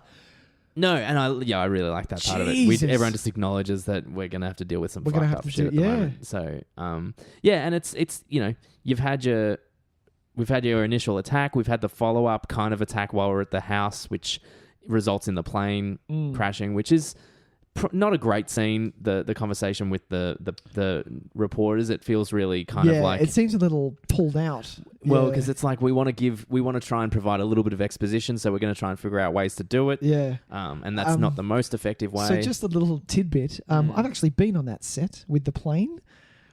I read that you could tour it. You could tour it, yeah. So cool. It's still there. So that's 2 great. years ago, I went on my honeymoon with my wife, and one of the things is that's awesome. We did the States, and we stayed in LA and went to Universal Studios, VIP. Oh, got the full deal. Very good. When you take the VIP, when you buy the VIP ticket, you take a tour of the sets and the backlot and everything like that. But if you do VIP, you can actually get off the bus and walk through the. So I've touched that plane. That's cool. Yeah, that's cool. And it's actually quite cool because it has like. I heard it was made from a real. Oh yeah, it's a real plane. They bought a real a no longer used 747 or something, and basically just fucked it up and fucking left it there. That's and great. It's so awesome. And one of the funniest things is you're taking the tour, and the guy's like, "Oh yeah, you can touch that, you can touch this." I'm like, "Oh, fucking full on, yeah." Great. And then he goes, "Okay, and now he was such a rad dude. Now I'd like you all to look to your right and wave because that's the bus of the people who don't have VIP, and they're not allowed off the bus." And we look, and this thing is chockers. So many people that it doesn't even stop for them to take a photo. That's amazing. I was like, I feel horrible right now. Yeah, but suck it up. And though. our bus had like 6 people on it. Hey man, VIP. That's what you get. VIP, man. Pay the money. Get off the bus. That's it. Yeah, man. Make it worth it. It was awesome. I like it a lot. So I've been on that set. That's awesome. But yeah, that bit. Yeah. So as much as that scene is not my favorite, it feels like exposition's sake. The reporters themselves. Yeah. I do like how we get this continued escalation. We get the initial attack, then the kind of attack from without seeing the attack from while they're in the basement. When they're in the basement. And then we get the ferry, and then we lead into a bit more kind of we get character stuff while all this is happening. I think that's one of the more effective parts of it. But the movie then gets to take a breath, do a little bit more character work. We get that really amazing sequence when Dakota Fanning wants to go to the toilet, and we have the dead bodies floating down the river, and that's just another kind There's some good imagery. Yeah, I'll give it come up. imagery. It's good imagery. My favorite is the red weed that he just sees in that landscape shot of just everything is fucked. Yeah, and that's pretty great what the hell? too. I do have a question though. Yeah, sure. There's one scene. Sure. I believe they're walking through woods or something, and clothes start falling from the sky. The fuck is that? Do you remember that? Did I dream that? Clothes start falling There's something. from the sky. Clothes start falling from the sky. I swear to God. It was just weird. I'm really lost. Unless I was writing something at the point. I honestly have no idea what you're talking about. It's in the first act. So they get out. They get out of where? Where would it have been? Would it have been around the time where where she pees, or no? Because then the thing comes. That's pretty close to. Unless it was like when they leave the house. No, they've got rid of the car. They've gone out of the water. Okay. They've got out of the water. Yeah. And they're walking. Oh, I don't remember this bit at all. Out of the water. They've just seen that landscape shot. She's freezing. They're walking through and clothes start falling from the sky. All right. That's the one bit that I'm like, what the fuck is going on? Well, maybe they're obviously rejecting the clothing. Well, that's what... After they make him into basically compost. Maybe it's a scene in the book or a it might have chapter of the book that be related to that. But so yeah, a couple of things I want to mention. Go on. In regards to this problematic third act, right? Oh dear. So, just didn't go on long enough for me. Sure. I can't. The one thing one part of it I really like is that we have spent a whole film dealing with humans being arseholes. Yep. and it is finally an act of compassion from everybody that It's essentially teaming saves the day. Yeah. And you're talking about the cage when they're caught in the cage. Yeah. And so I really dig that, and I was really that was warming to me that it was. I think I like that it wasn't Tom Cruise encouraging it. It wasn't like there wasn't a speech. There wasn't any kind of like, hey, I'm gonna if go we in stick and together, we can all do this. It was basically he made he knew that he was fucked, next. and he was like, oh mate, I brought those grenades. Yeah. If I'm going down, this thing's going down with me. Yeah. And it took one guy who was like, do you know what? I'm sick of this shit. Yeah. Who went grab him, everyone grab him. Me. I've watched. Grab my legs. Who knows how many people he's watched be sucked up into that thing and turned into compost. Yeah. So I really liked that. I thought that was really cool. And the sequence where they capture Dakota and Tom Cruise is really great as well. Really post murder, especially of because Tim Robbins. He's gone this long with saving her from absolutely everything, and then she's gone. And he's and he portrays that well. I love that. Yeah, his emotional kind of release of that is really effective. Yeah. It's weird though because it is one of the only moments where it zooms out and we see and it you see from a a tripod distance. From a nice distance. Yeah, which is really interesting because this whole movie, obviously, we've kept it very kind of at our level. When she finally gets captured and it's while he's screaming as well. Yeah. That's when we pull out and kind of we become the observer. I think that's it was a good shot. It was a nice shot. Yeah, it's a nice shot, and that's a really interesting choice. Yeah. So yeah, I actually really like that a lot. Mm-hmm. I like I like that whole sequence. I like that the finale of this movie, essentially the climax of this movie, is not a world-saving event. Us blowing them to shit. Yeah, it's not giving the John mothership. Cusack. It's not mothership giving them a flu. Exactly. Yeah, it's not John Cusack, who is a limousine driver, saving the entirety of the population. Is he a limousine driver? He's a limousine driver. I've never seen it. And that is hilarious. Yeah, and so these kind of things, like these movies, are notorious for that because they can't figure out a way to because they don't want to make the main character the president. I mean, Independence Day kind of does. To be honest, you're better off. Yeah, you're better off making it someone that can be in those situations logically. Yeah. Because having a limousine driver save the entirety of humanity is dumb. Having a dock worker or a crop duster or a kamikaze up into the thing. Having a dock worker save 10 people and take down one tripod out of 100 billions. Is believable and is a victory worthy of him. Yeah. Do you know what I mean? Yeah. Because it is still...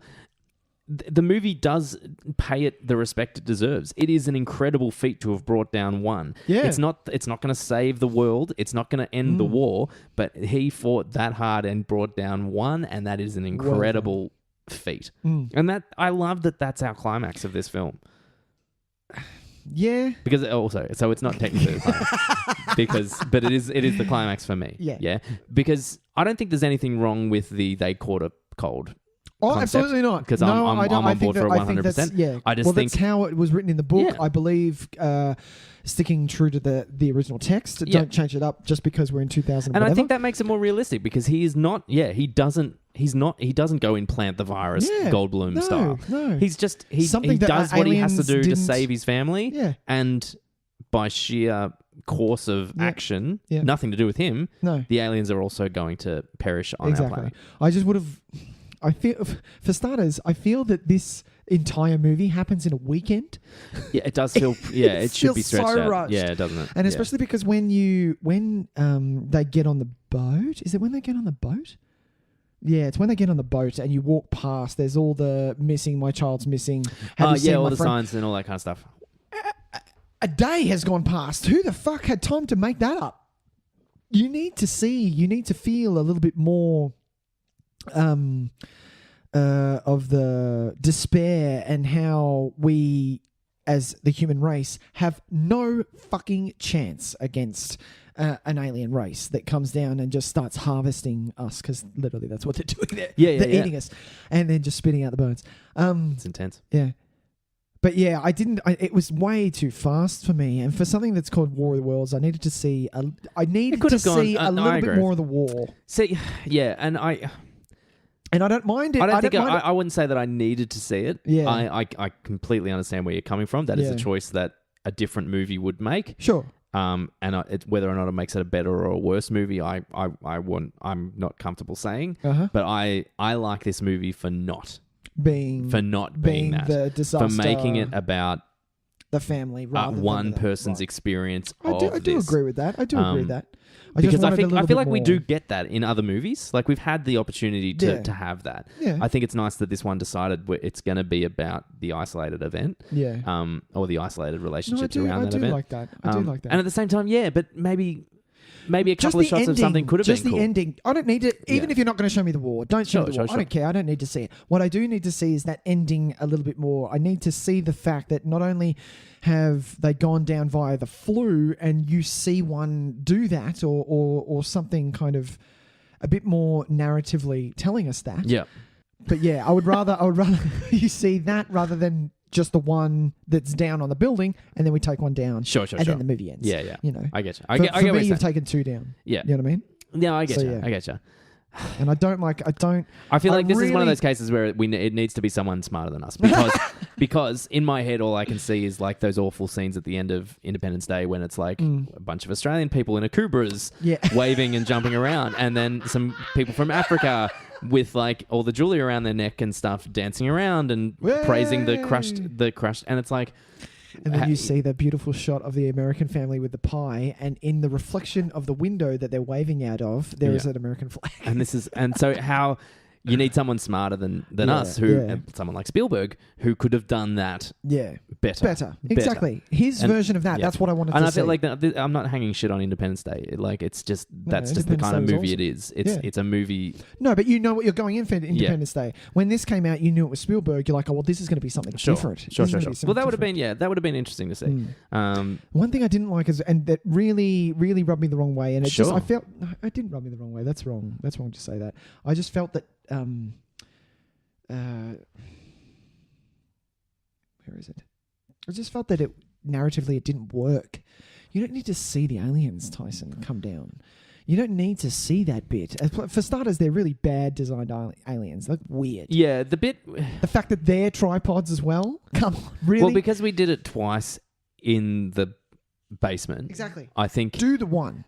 I think because the snake eye kind of drone is really effective. Yeah. And then the aliens themselves is less effective. Yeah. And I feel like the alien eye is just a rip off the Minority Report spiders. Oh yeah, I get what you're saying. Which I love that scene in Minority Report. I think, but this is Spielberg's allowed to do that because he does that really well. Like the bits with the mirror and then the shoe and then they're gone and the shoe's was really just good. left there. That worked well. And the no, don't axe them and all that kind of stuff. Like it's a long scene with very little dialogue that we are 100% we know what's going on at all times and we know where everyone's at character wise as well at any point, and that's sometimes hard to do, and that kind of expresses why Spielberg is Spielberg, because we are on top of that. But yeah, you're right, the second time the aliens come through, we're maybe kind of treading familiar ground. Maybe we didn't need that, and maybe all we needed is just the hand at the end, the floppy hand. That would have been amazing. And that's the only thing we need to see. You get to see what it is. Yeah, and maybe that's all we needed to see. Yeah, exactly. You're right. Yeah, you don't need, because there's no reason for us to see them either. Yeah, I don't think it makes it any better or worse. And I think this is where we differ, is because I feel like you think it would make it a better film. I don't think it makes it a worse film. I think just take it out and put more of the end in. Does that make sense? Sure. Yeah. Have a conversation between Robbie and Ray. Well, let's just not have that happen at all. I feel like Robbie is more detrimental to this film than the aliens themselves. Really? Yeah, absolutely. Wow. I think Robbie is easily the worst thing in this film. And if I could take him out and leave everything else exactly how it is and take him out, I would be calling this a fucking masterpiece. Wow. That's my real stickling point. Everything else, it's like, I can see where you're coming from, and I'll be like, yeah, sure, take it out, but it doesn't affect me enough. Okay. Like, I don't think it makes it better or worse. Yeah. If anything, it just makes it shorter, and I love movies that are shorter, so we know that. Exactly. So yeah. I get what you're saying though. Yeah. Like, and the design isn't great, and it's not. It just doesn't work. It's not the most original of designs, and we're in a position now where your alien. Come on. It needs to be something. Like, you need to show us something we either haven't seen before or something that makes us go, hey, that's a creative design. Exactly. Like, you've put some time into this. Something. It just feels like almost it's almost Independence Day-ish. Yeah. But like more kind of frog-like. Yeah. Is what I would describe it as. Less and the lizard only and more reason frog. for me, the only reason that I can think, because I tried to think, why did he put this in there? The only reason for me he put this in there is because it's the hand. You see the hand for the poster. That poster has his hand. Oh, it's holding of the frog type hand holding the world, and I'm like, no, doesn't not a good enough of a reason. I don't know, because you got to think, like, as much as we say Spielberg's got all this clout and stuff, I reckon, there are some things he's got to live by certain studio rules. And when Kathleen Kennedy rings him up and says, "Oh, Steven, I'd really like to see the aliens." There are certain people No, but a lot of it, what I read was he likes to put the alien. He likes to have the audience see the aliens. Sure. Because, and this just spiraled into a shitload of reading about how so many people are against seeing the aliens in Close Encounters. Sure. Have the end of Close Encounters just be that drawbridge come down, and that's it. Sure. Which is a whole nother. Well, podcast. it's only. I feel like that's only because, there's only so much a design can satisfy everybody. There is no design of anything that will satisfy everybody. Bullshit. You reckon? H.R. Geiger. Well, I don't know, Come on. man. There is no one that has a problem with that with the xenomorph. Yeah, but okay. So in a position where you're trying to, because we can't you're trying to rip make off a friendly, not alien? friendly, but not alien. Do you know? Not Alien the movie. Right. Angry. Yeah, Because that's a whole different thing. Not Geiger stuff is nightmare fuel. Let's say we don't want something specifically nightmare fuel. Right. We just want something. But we don't want ET. But we don't want ET. We want something. We want something in the middle. Okay. So everyone's got their own imagination, and they can all picture something. Sure. So let's say only a certain amount of people will be happy with what they see. Yeah. The rest of the people will be like, "I wish I just hadn't seen it." Yeah. So it's obviously very hard to please everybody in that regard. Fair deal. But yeah, you're right. Everyone loves fucking Alien. But Giga's like that's fucked up stuff. That's real fucked up. Yes, it is. Could you imagine if like Mac and me, if he looked like a fucking Giga, a xenomorph? We're talking a way different experience. Imagine Alf. Alf as a xenomorph. If Alf was like dripping goo all the time and like. And like out of the corner of his mouth, and would instead of just talking about eating cats, would actually fucking eat cats. You'd walk in on scenes and he'd have like half a cat in his face and just different show. Oh, so this is I guess it's tone more than anything else. And if he didn't want that kind of tone, if he didn't want them to be gruesome, he just wanted them to be cold and kind of you'd make a prawn intimidating. Yeah. Well, prawns are closer to Alien for me, I reckon. Oh, really? Yeah. Fair deal. They are. I love the design of the prawns. Well, that's that's the fucking beauty of that film, is that they make something so hideous, so relatable with those characters. Yeah. Because it's so well written. Fuck, that's a good movie. It's such a good fucking I movie. watch some movies when I get home. Do you know that's every time I leave this podcast? I can't wait to watch a movie. What the fuck am I going to watch when I get home? Movies are the best, man. That's why we're here. And right now you're making me want to watch Mission Impossible. I think that's what we might do later. Yeah. We'll watch the rest of Mission Impossible too.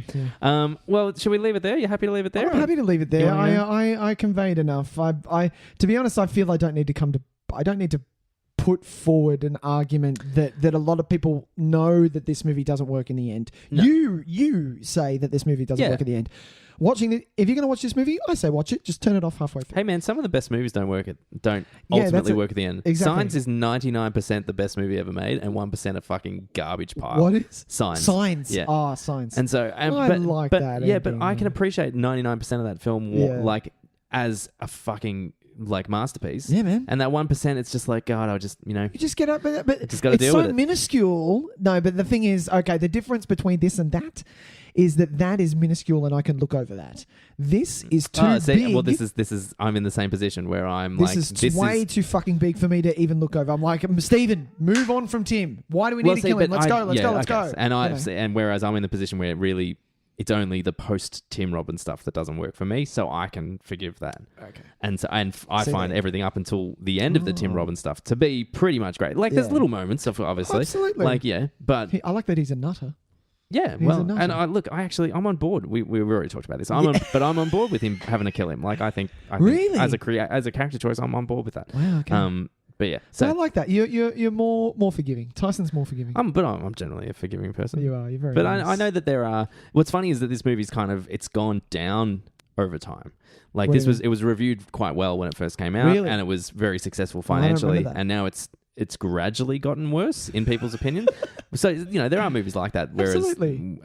like other movies start off not really appreciated and then become amazing in people's eyes. Like in something like time. The Thing, which we've talked about, like was basically reviewed as Piece of nothing. shit, Everyone thought it was yeah. pretty rubbish. And now It's an all-time classic. Yeah. Yeah. So, movies Fair tend to deal. kind of balance out. Fair deal. And I don't think we're too far on our opinion of this film. I apart. I don't actually think No, we're that far that's apart. kinda true. I actually think if we stop this movie at a certain point, we both feel exactly the same. Absolutely. And then for the last maybe 20 minutes, Sure. we differ slightly. I wouldn't even say greatly because I can see You can see my points. your points Yeah, exactly. fair deal. But it doesn't. I'm not as affected by them, Yeah. and I See, actually I think can't some of those see- choices yeah. work, whereas you think some of them I don't. can't, So they can't work for me. yeah, that's fine, man. Maybe I'll watch Oblivion when I go home. Yeah, I don't like Oblivion very much. I know, I've seen it. It had some moments in it, but I Remember wasn't the the biggest sound? There fan. was a soundtrack. Yeah, on because it it was that worked really well. wasn't it fucking the dudes that did Tron? Wasn't it the Tron. Wasn't Daft it- Punk. wasn't it no, it wasn't Daft Punk that did Oblivion? No, because it was Kaninsky that directed it. So never mind. Moving on. Moving on. It was the same director as Tron Legacy is what I'm trying to say. That's the okay. relationship I'm mixing up. Fair deal. All right, well, we've got a mailbag. Oh, we got a mailbag. Mailbag. Mr. Post. No, Mr. Sand. No, wrong. No, what we what we're going to sing? Mr. Hey, Postman, yeah. the game. Oh, yeah. No, we're not doing that. Tyson wants rehearsals. Yeah, I'll figure something out. We'll figure something out. So let's just jump into the big old sack of mail that we got here. Mail sack. Mail sack. That's what I'm going to call it, actually. That's Mail perfect. sack. Mail sack. That's terrible. I Don't call love that. it. So we got an email here. Yeah. Lads. I like it already. I like it. I was just passing time thinking about Morgan Freeman. She's got in brackets. It's perfect. I'm assuming everyone does this. You're right. When I thought, I wonder who Nick and Tys's favorite movie or TV president is. Ooh. Who tops the list? Keep up the fab work. Jesus. ERC signed. Thank you, ERC. Thank you, ERC. Well, it brings up an interesting question because I think we're going to have the same answer because of a show that you've been watching recently. Or, he is second. Second. He is second. Look, because I feel like it was a bit of a cheat, so I ended up picking us one after that, Right. Because Jed Bartlett is He my is a great- favorite, he's a my great favorite president. fictional president of all time. Yeah. And this is because we got to spend 7 seasons with him. Yeah. and you see him in his ups and downs. In his ups and downs, absolutely. And you see just He is what he an has to incredibly fucking rich character. deal with. And he's a president that we could only dream of having. Especially Someone right with now. his moral compass and reasoning ability and just ethical value of the world. Can I just, while you're talking about Yeah, that, of course. I rewatched an episode already. No, I didn't. I rewatched. already done a I rewatch. rewatched a I love scene. it. I rewatched a scene. Do you remember when he walks in and he has people from the paper? I believe it's season 1 still. Sure. People from the paper, and there's a woman there who calls classic. herself a doctor. Classic scene. And she's very sticks by the Bible, and the Bible is and he tears her a new apart. one. This scene has floated around a little while, and it's based on a they took that from something else. Okay. Yeah, so Sorkin actually took that from someone else's argument, someone Right. who I can't believe I can't remember this. Because I've had this conversation before with somebody, Yeah. and gave those words It's basically to just a Jed Bartlett beautiful- because it suits him perfectly, and that's that just shows absolutely. what kind of reason Suits he's- everyone perfectly. Well, and Come this, the fuck this on. is like, what we're talking about. Yeah. So I didn't want to actually choose him, even though he's my He's your absolute number favorite, one? because I feel like it's a bit of a cop Yeah. out because everyone knows that I'm fucking obsessed. Well, he's with my The number West Wing. 2. So Is he? Well, he can be my number. Well, he's my number 1. So I've just got other ones worth talking about, though. okay, go on. Well, I did want to also bring up. Oh no, I'm not going to talk it because it's a spoiler, so I'm not going to say this one. Oh wow! What spoiler? Okay. Never mind. Are we doing 5? What are we doing? Well, I just had a couple of kind of honourable mentions. Okay, I have 3, and one we've already talked about. All right. Well, we'll do. No, you have honourable. Oh well, I'll mentions. go one. Yeah, you I'll go one. You start. There was a movie that I saw very recently. It's not a particularly good movie, but I liked the way that it presented the American president. Sure. And that's a movie called Big Game from 2014, and it's a Finnish film where Samuel L. Jackson is playing the President right. William Allen Moore, and Air Force One crashes into the Finnish woods, where Right. there is a 13-year-old boy who is currently completing like a rite of passage for his tribe, or his small town, Yeah. where the boys are sent out to live in the Finnish woods for a Wilderness. weekend, and they have to bring back a kill. Yeah, fair deal. Like Very when- so- 300. Yeah, but it's not set not in that the hardcore. contemporary Yeah, times. yeah. So he's there's this kid who's got his bow and arrow and stuff, and Air Force One, it gets hijacked by terrorists and crashes, Right. and he finds the president and has to protect him. That is awesome. It was kind of an interesting film. Big game, and because it's kind of a play on the words. It's the biggest. What is the biggest game that you ever. could think of? Yeah, Is the president. Yeah. So these guys are basically trying to hunt the president, and this kid's trying to protect him. And Samuel L. Jackson is really great in it. I thought Cool. it was a really effective presentation of. That this kind of he has the stature of the president, but is also kind of able to hold his own in this environment, and shows quite a not a fatherly bond, but they get along and they have a really nice bond with each other. Yeah. And it was a really kind of cool movie. So I thought just to shine a little bit of light on this movie that I don't think a lot of people saw. Yeah. I thought I'd chuck that in as an honorable mention. You go. Nice. Well, we've talked about him a bit already, but one that comes to mind straight away when everyone, because especially now, if you think of an actor, because it's an actor playing a president. Now the history comes with that actor. So for me, having fucking Morgan Freeman in Deep Impact be the president of the United States, you telling me that everyone isn't sleeping soundly? That's a good choice. You know what I mean? And I'm not even talking about like the character he plays. If Morgan Freeman was the president, I'd be like, we're okay. We're doing okay. Exactly. We are going to be fine. We're going to be fine. We'll be fine. Because you at least know that in any kind of like diplomatic situation, he'd just be able to like smoothly talk his way out of it. Exactly. He'd be fine. With his He'd be like, dulcet tones. we're going to put a pin in that and just, we'll be fine. Why don't we just put this aside for a moment? And like, oh, of course, Morgan. Yes, very good. Exactly. President Freeman. Yeah, and like, what a great name for a president. President Freeman. Are you serious for the free world? Great, and I quite enjoy that Deep movie. Impact. I know you like it. It's one of your faves. I need to watch it. I wouldn't say it's one of my faves, but I do quite like it. I'd pick it over Armageddon any day of the week. Oh, what? Yeah, Armageddon is a Jerry fucking is a Bruckheimer, trash are you fire. kidding? Yeah, it's supposed to be trashy. Come on, It's hard work. It's definitely watchable. Like it's watchable trash. But God, just even that like that moment, it's got space dementia is. So why that hasn't become more of a meme or some kind of gif, it blows my mind. It's one of the greatest lines. I love it. But yeah, I'm with you there. He's a good president in that film too. He is a good and president. he gets to have his stature like utilized because you have Morgan Freeman like giving those kind of speeches. You just feel at ease. Yeah, I'm with you. Well, speaking of 90s doom and gloom movies. My next honorable mention. President Thomas J. Whitmore.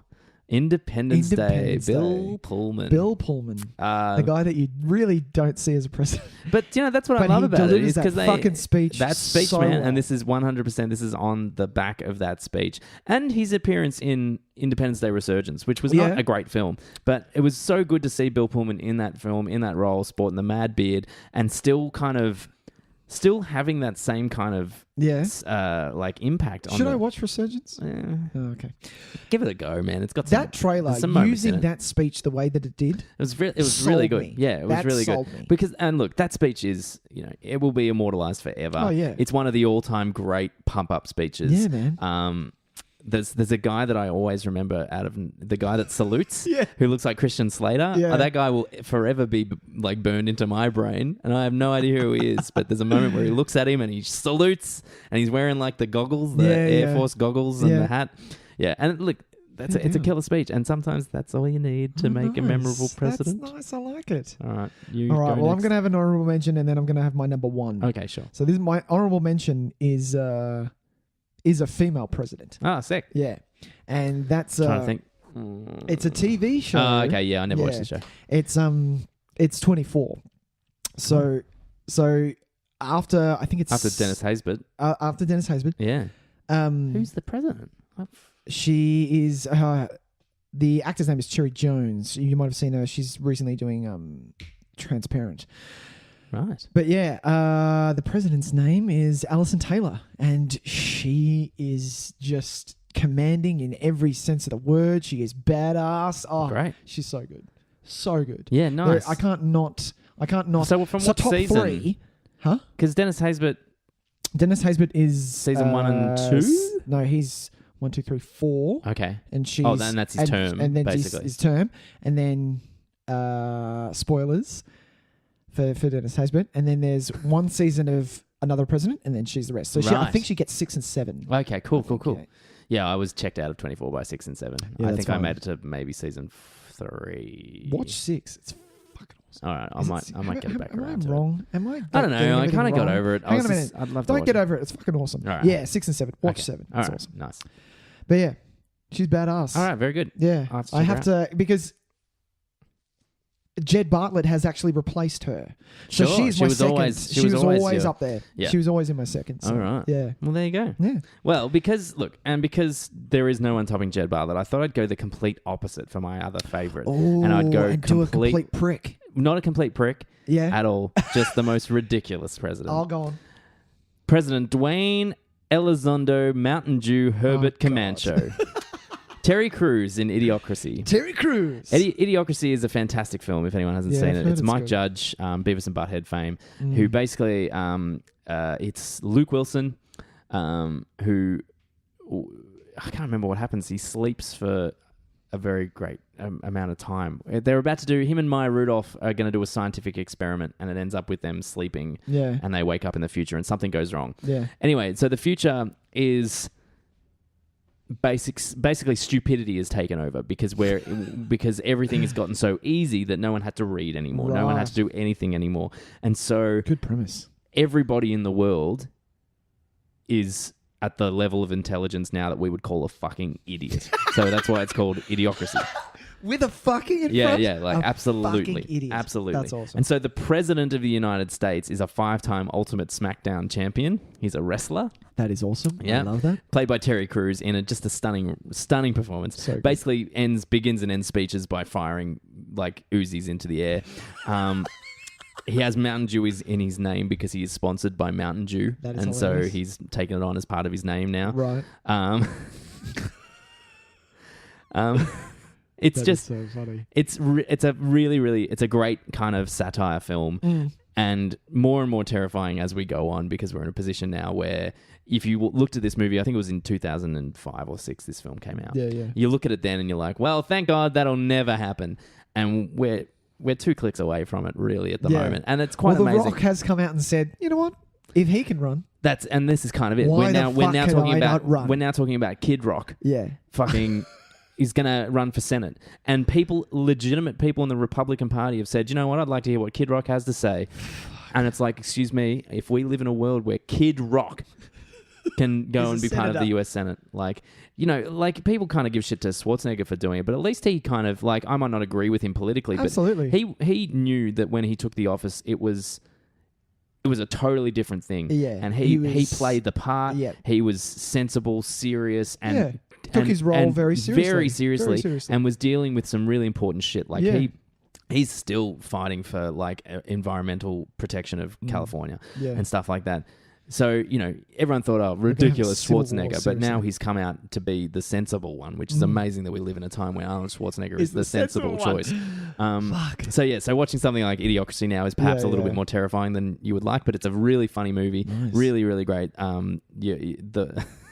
There's so many quotable lines in it, and it's laugh out loud funny. So get on it, Yeah. and yeah, it's my favorite presidential performance. Aside from Jed Bartlett, of course. Well, mine is, we've already talked about him. Mine is Dennis Haysbert. Dennis He's- Haysbert? Yeah, Haysbert. Well, is it Haysbert or Haybert? I feel bad. I think it's if I got it Haysbert. wrong. I could be wrong. So, But yeah, in 24, In 24. he plays President David Palmer. I loved him from the start. He's the president from the first season up until like way in, and it was a big part why I liked the first couple of 24? seasons. Yeah. Definitely. Even saying that I went off it.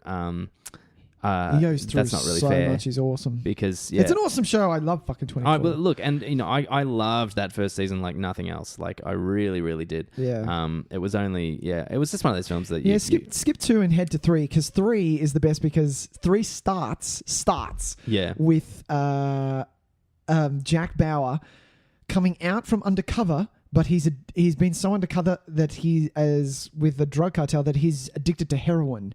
So yeah, I've seen part of that series. Yeah, so he's I've had to jack up to or shoot up to keep going. But another one I did want to mention because I'm on his side, even though I shouldn't be. He is a president that I love, and just to see how much, because the last season that I saw, I'm talking about House of Cards. Right. I have to Underwood. President Underwood. So when the season 5 came out, Kevin Spacey and Robin Wright did talk shows, and they were.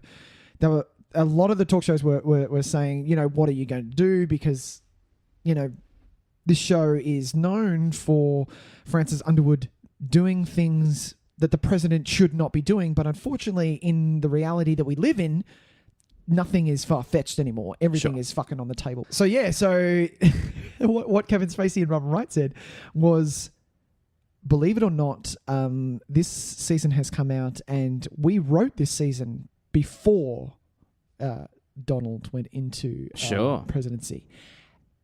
It's all just becoming a little bit too... And unfortunately, President Underwood is doing some of the things that Donald is doing. Because I won't call him Mr. President because your name is Donald. It is Donald.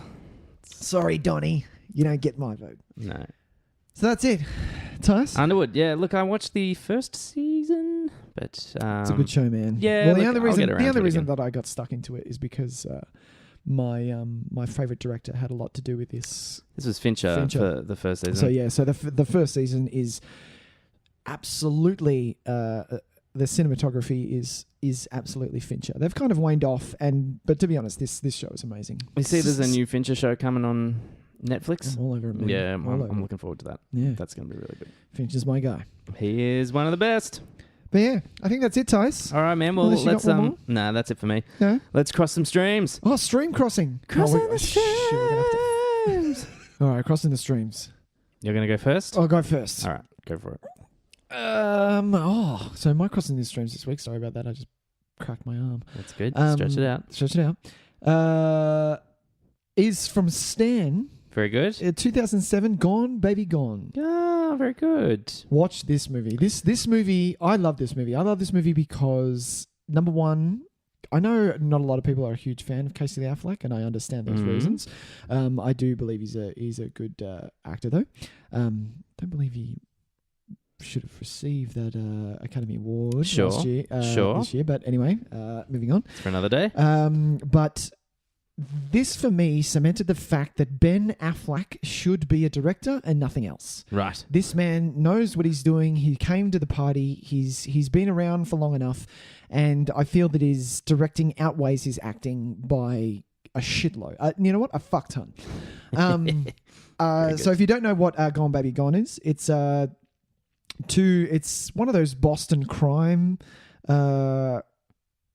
cop shows that they're kind of, there's a few of them now. There's been quite a few of them, but this, I believe, was the first. Oh no, maybe Mystic River. Anyway, to Boston. Yeah, it's a wealth of of films based around that kind of Boston mob scene. I like it a lot. Yeah.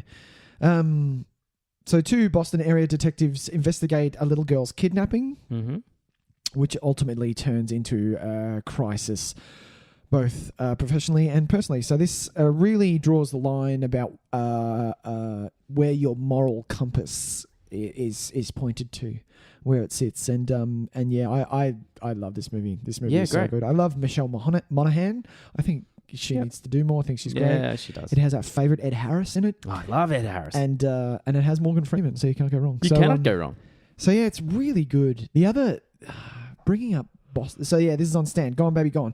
But the other one that made me think of this was, what was the Tom Hardy Boston movie? Because that was good. I watched that on a plane, and that was actually really good. Lawless? No, that's not Boston. No, Boston. So it was a Boston. It was he worked behind the bar, and The Drop. Right. Yeah, I've heard that's good. That's actually really good. Yeah, I should get onto that one. So yeah, Gone Baby Gone. Very good. All right, well, I'm going to go on Netflix. I'm going to go a bit of trash, but something that some enjoyable trash. And we mentioned this movie earlier, and that is Escape Plan on Netflix. Yes. So this is the long finally bringing together of Stallone and Schwarzenegger. Oh. And unfortunately, it's taken this long that their appeal is They're kind too of fucking old. Yeah, it's kind of worn away a little bit. But I enjoyed this movie for what it is. Yeah, I think I liked it. I like especially what Schwarzenegger's doing in it. I think he's got a really interesting character. Yeah. I like the design. It's based around Stallone works as like a security kind of designer of security systems and prisons and things. Yeah. And part of his job is he goes into these places to prove that he can get out. And expose their kind of weaknesses and stuff. And he ends up in this impenetrable prison. Impenetrable, which is it's like made of glass or some shit. I don't know. Like it's almost like a cube. Yeah, it's all just like some unbreakable material that's all see through. So anyway, exactly. So he ends up stuck in there, and one of the other people in the prison is Arnold Schwarzenegger. And it's look, a lot of these movies end up doing the same thing. It's all kind of let's bring down the evil warden. And in this case, it is Jim Caviezel as the evil warden. But, it's effective because you get to see two of the real kind of like heroes of action cinema. Yeah, two actors that, I grew up on. And obviously you as well, Nick. Yeah. We just fucking... wanted to see this for ages. Yeah, just to see them kind of playing in the same pen. Yeah. It's really kind of an amazing experience. In their prime, had they done this? Exactly. And there was obviously, there was not always goodwill between these two people. So unfortunately, we were never going to get the opportunity to see them while they were in their prime because mostly they were fucking childish little pricks to each other. It was a pissing contest. Maybe if it just took age and took a bit of wisdom and calming down of that kind of and the fact attitude, that they have to pay their bills, and the fact that they know that if they want to keep that big mansion, they got to keep working. You got to keep working. But it could be a lot worse than it is, and I know a lot of people don't think it's fantastic, but you know what, it could have been a lot worse than it is, and it might be. The most enjoyable of this kind of Stallone resurgence. I haven't really enjoyed of the Schwarzenegger resurgence. Oh, okay. I haven't really enjoyed many of the new films that he's done. I don't think much of Sabotage or what's the one with Johnny Knoxville, and I can't even think of the name anymore. Last Stand. I thought that was a piece of shit. The Last Stand. Sure. I didn't mind. What was it? Sabotage. Sabotage was a different kind of thing. But Maggie was where I kind of went, "Fuck, Schwarzenegger, okay." Yeah, and look, that kind of stuff, I'm all for. But I like as far as the action cinema Schwarzenegger goes, this is probably the most I've enjoyed any of that kind of resurgence. So, and Stallone, Stallone's been putting out consistent stuff for a little while. Like he's had ups and downs. Exactly. Sometimes it's great, sometimes it's not that great. And this sits right in the middle. It's definitely watchable. It might be a little bit forgettable, but if you want to see these two just champions of this genre kind of bash heads, go for it. Yeah. Excellent. Bring it on. Next week, Nicholas. Next week we're digging into our childhood. We are not our childhood. We're digging into into the idea of childhood. We're films. going PG. We're going. You know what? We're going G. We are going G rated. I wonder if it is G or PG rated. It is. I think it's G. We're pitching it for the kiddies. We're doing our first Pixar. We're gonna open the box and we're gonna pick out WALL-E. We are. Yeah. WALL-E. Yeah. Nice. That was I fucking love this movie. Spoilers. It's gonna be a bit of a love-in next week, guys. Bit of a love-in, but that's okay. You can't tell me that you don't love WALL-E. And for those people, because I know there's some out there, and a friend of mine who definitely doesn't. He actually doesn't watch animated movies. Sure. He has not watched a Pixar. He has not watched a Disney. No, that's disappointing. You're missing out on a lot. And he's really cutting himself off. So I would love for him to watch. Maybe not this one. Maybe something. Maybe Inside Out. Sure. But yeah, we're doing WALL-E next week. WALL-E next week. So tune in. You don't want to miss it. Miss it. Don't forget. A couple of weeks or on the 26th, we'll be floating around at the Melbourne Movie Market at Astor Cinema. I'd love to see anybody there. Come up and say hi. Come and say hi. You can also email us nick.tysvideotape@gmail.com. You know where to find us. If you want to share, rate, and review us. If you want to get on our mailbag like we had today. Hell yeah. Get on, ask us a question. We'd love to talk about it. Yep. But until then, I think that might be it, Nick. That's it, Tys. Man, I'll see you next week. See you next week. Bye. Bye. Bye.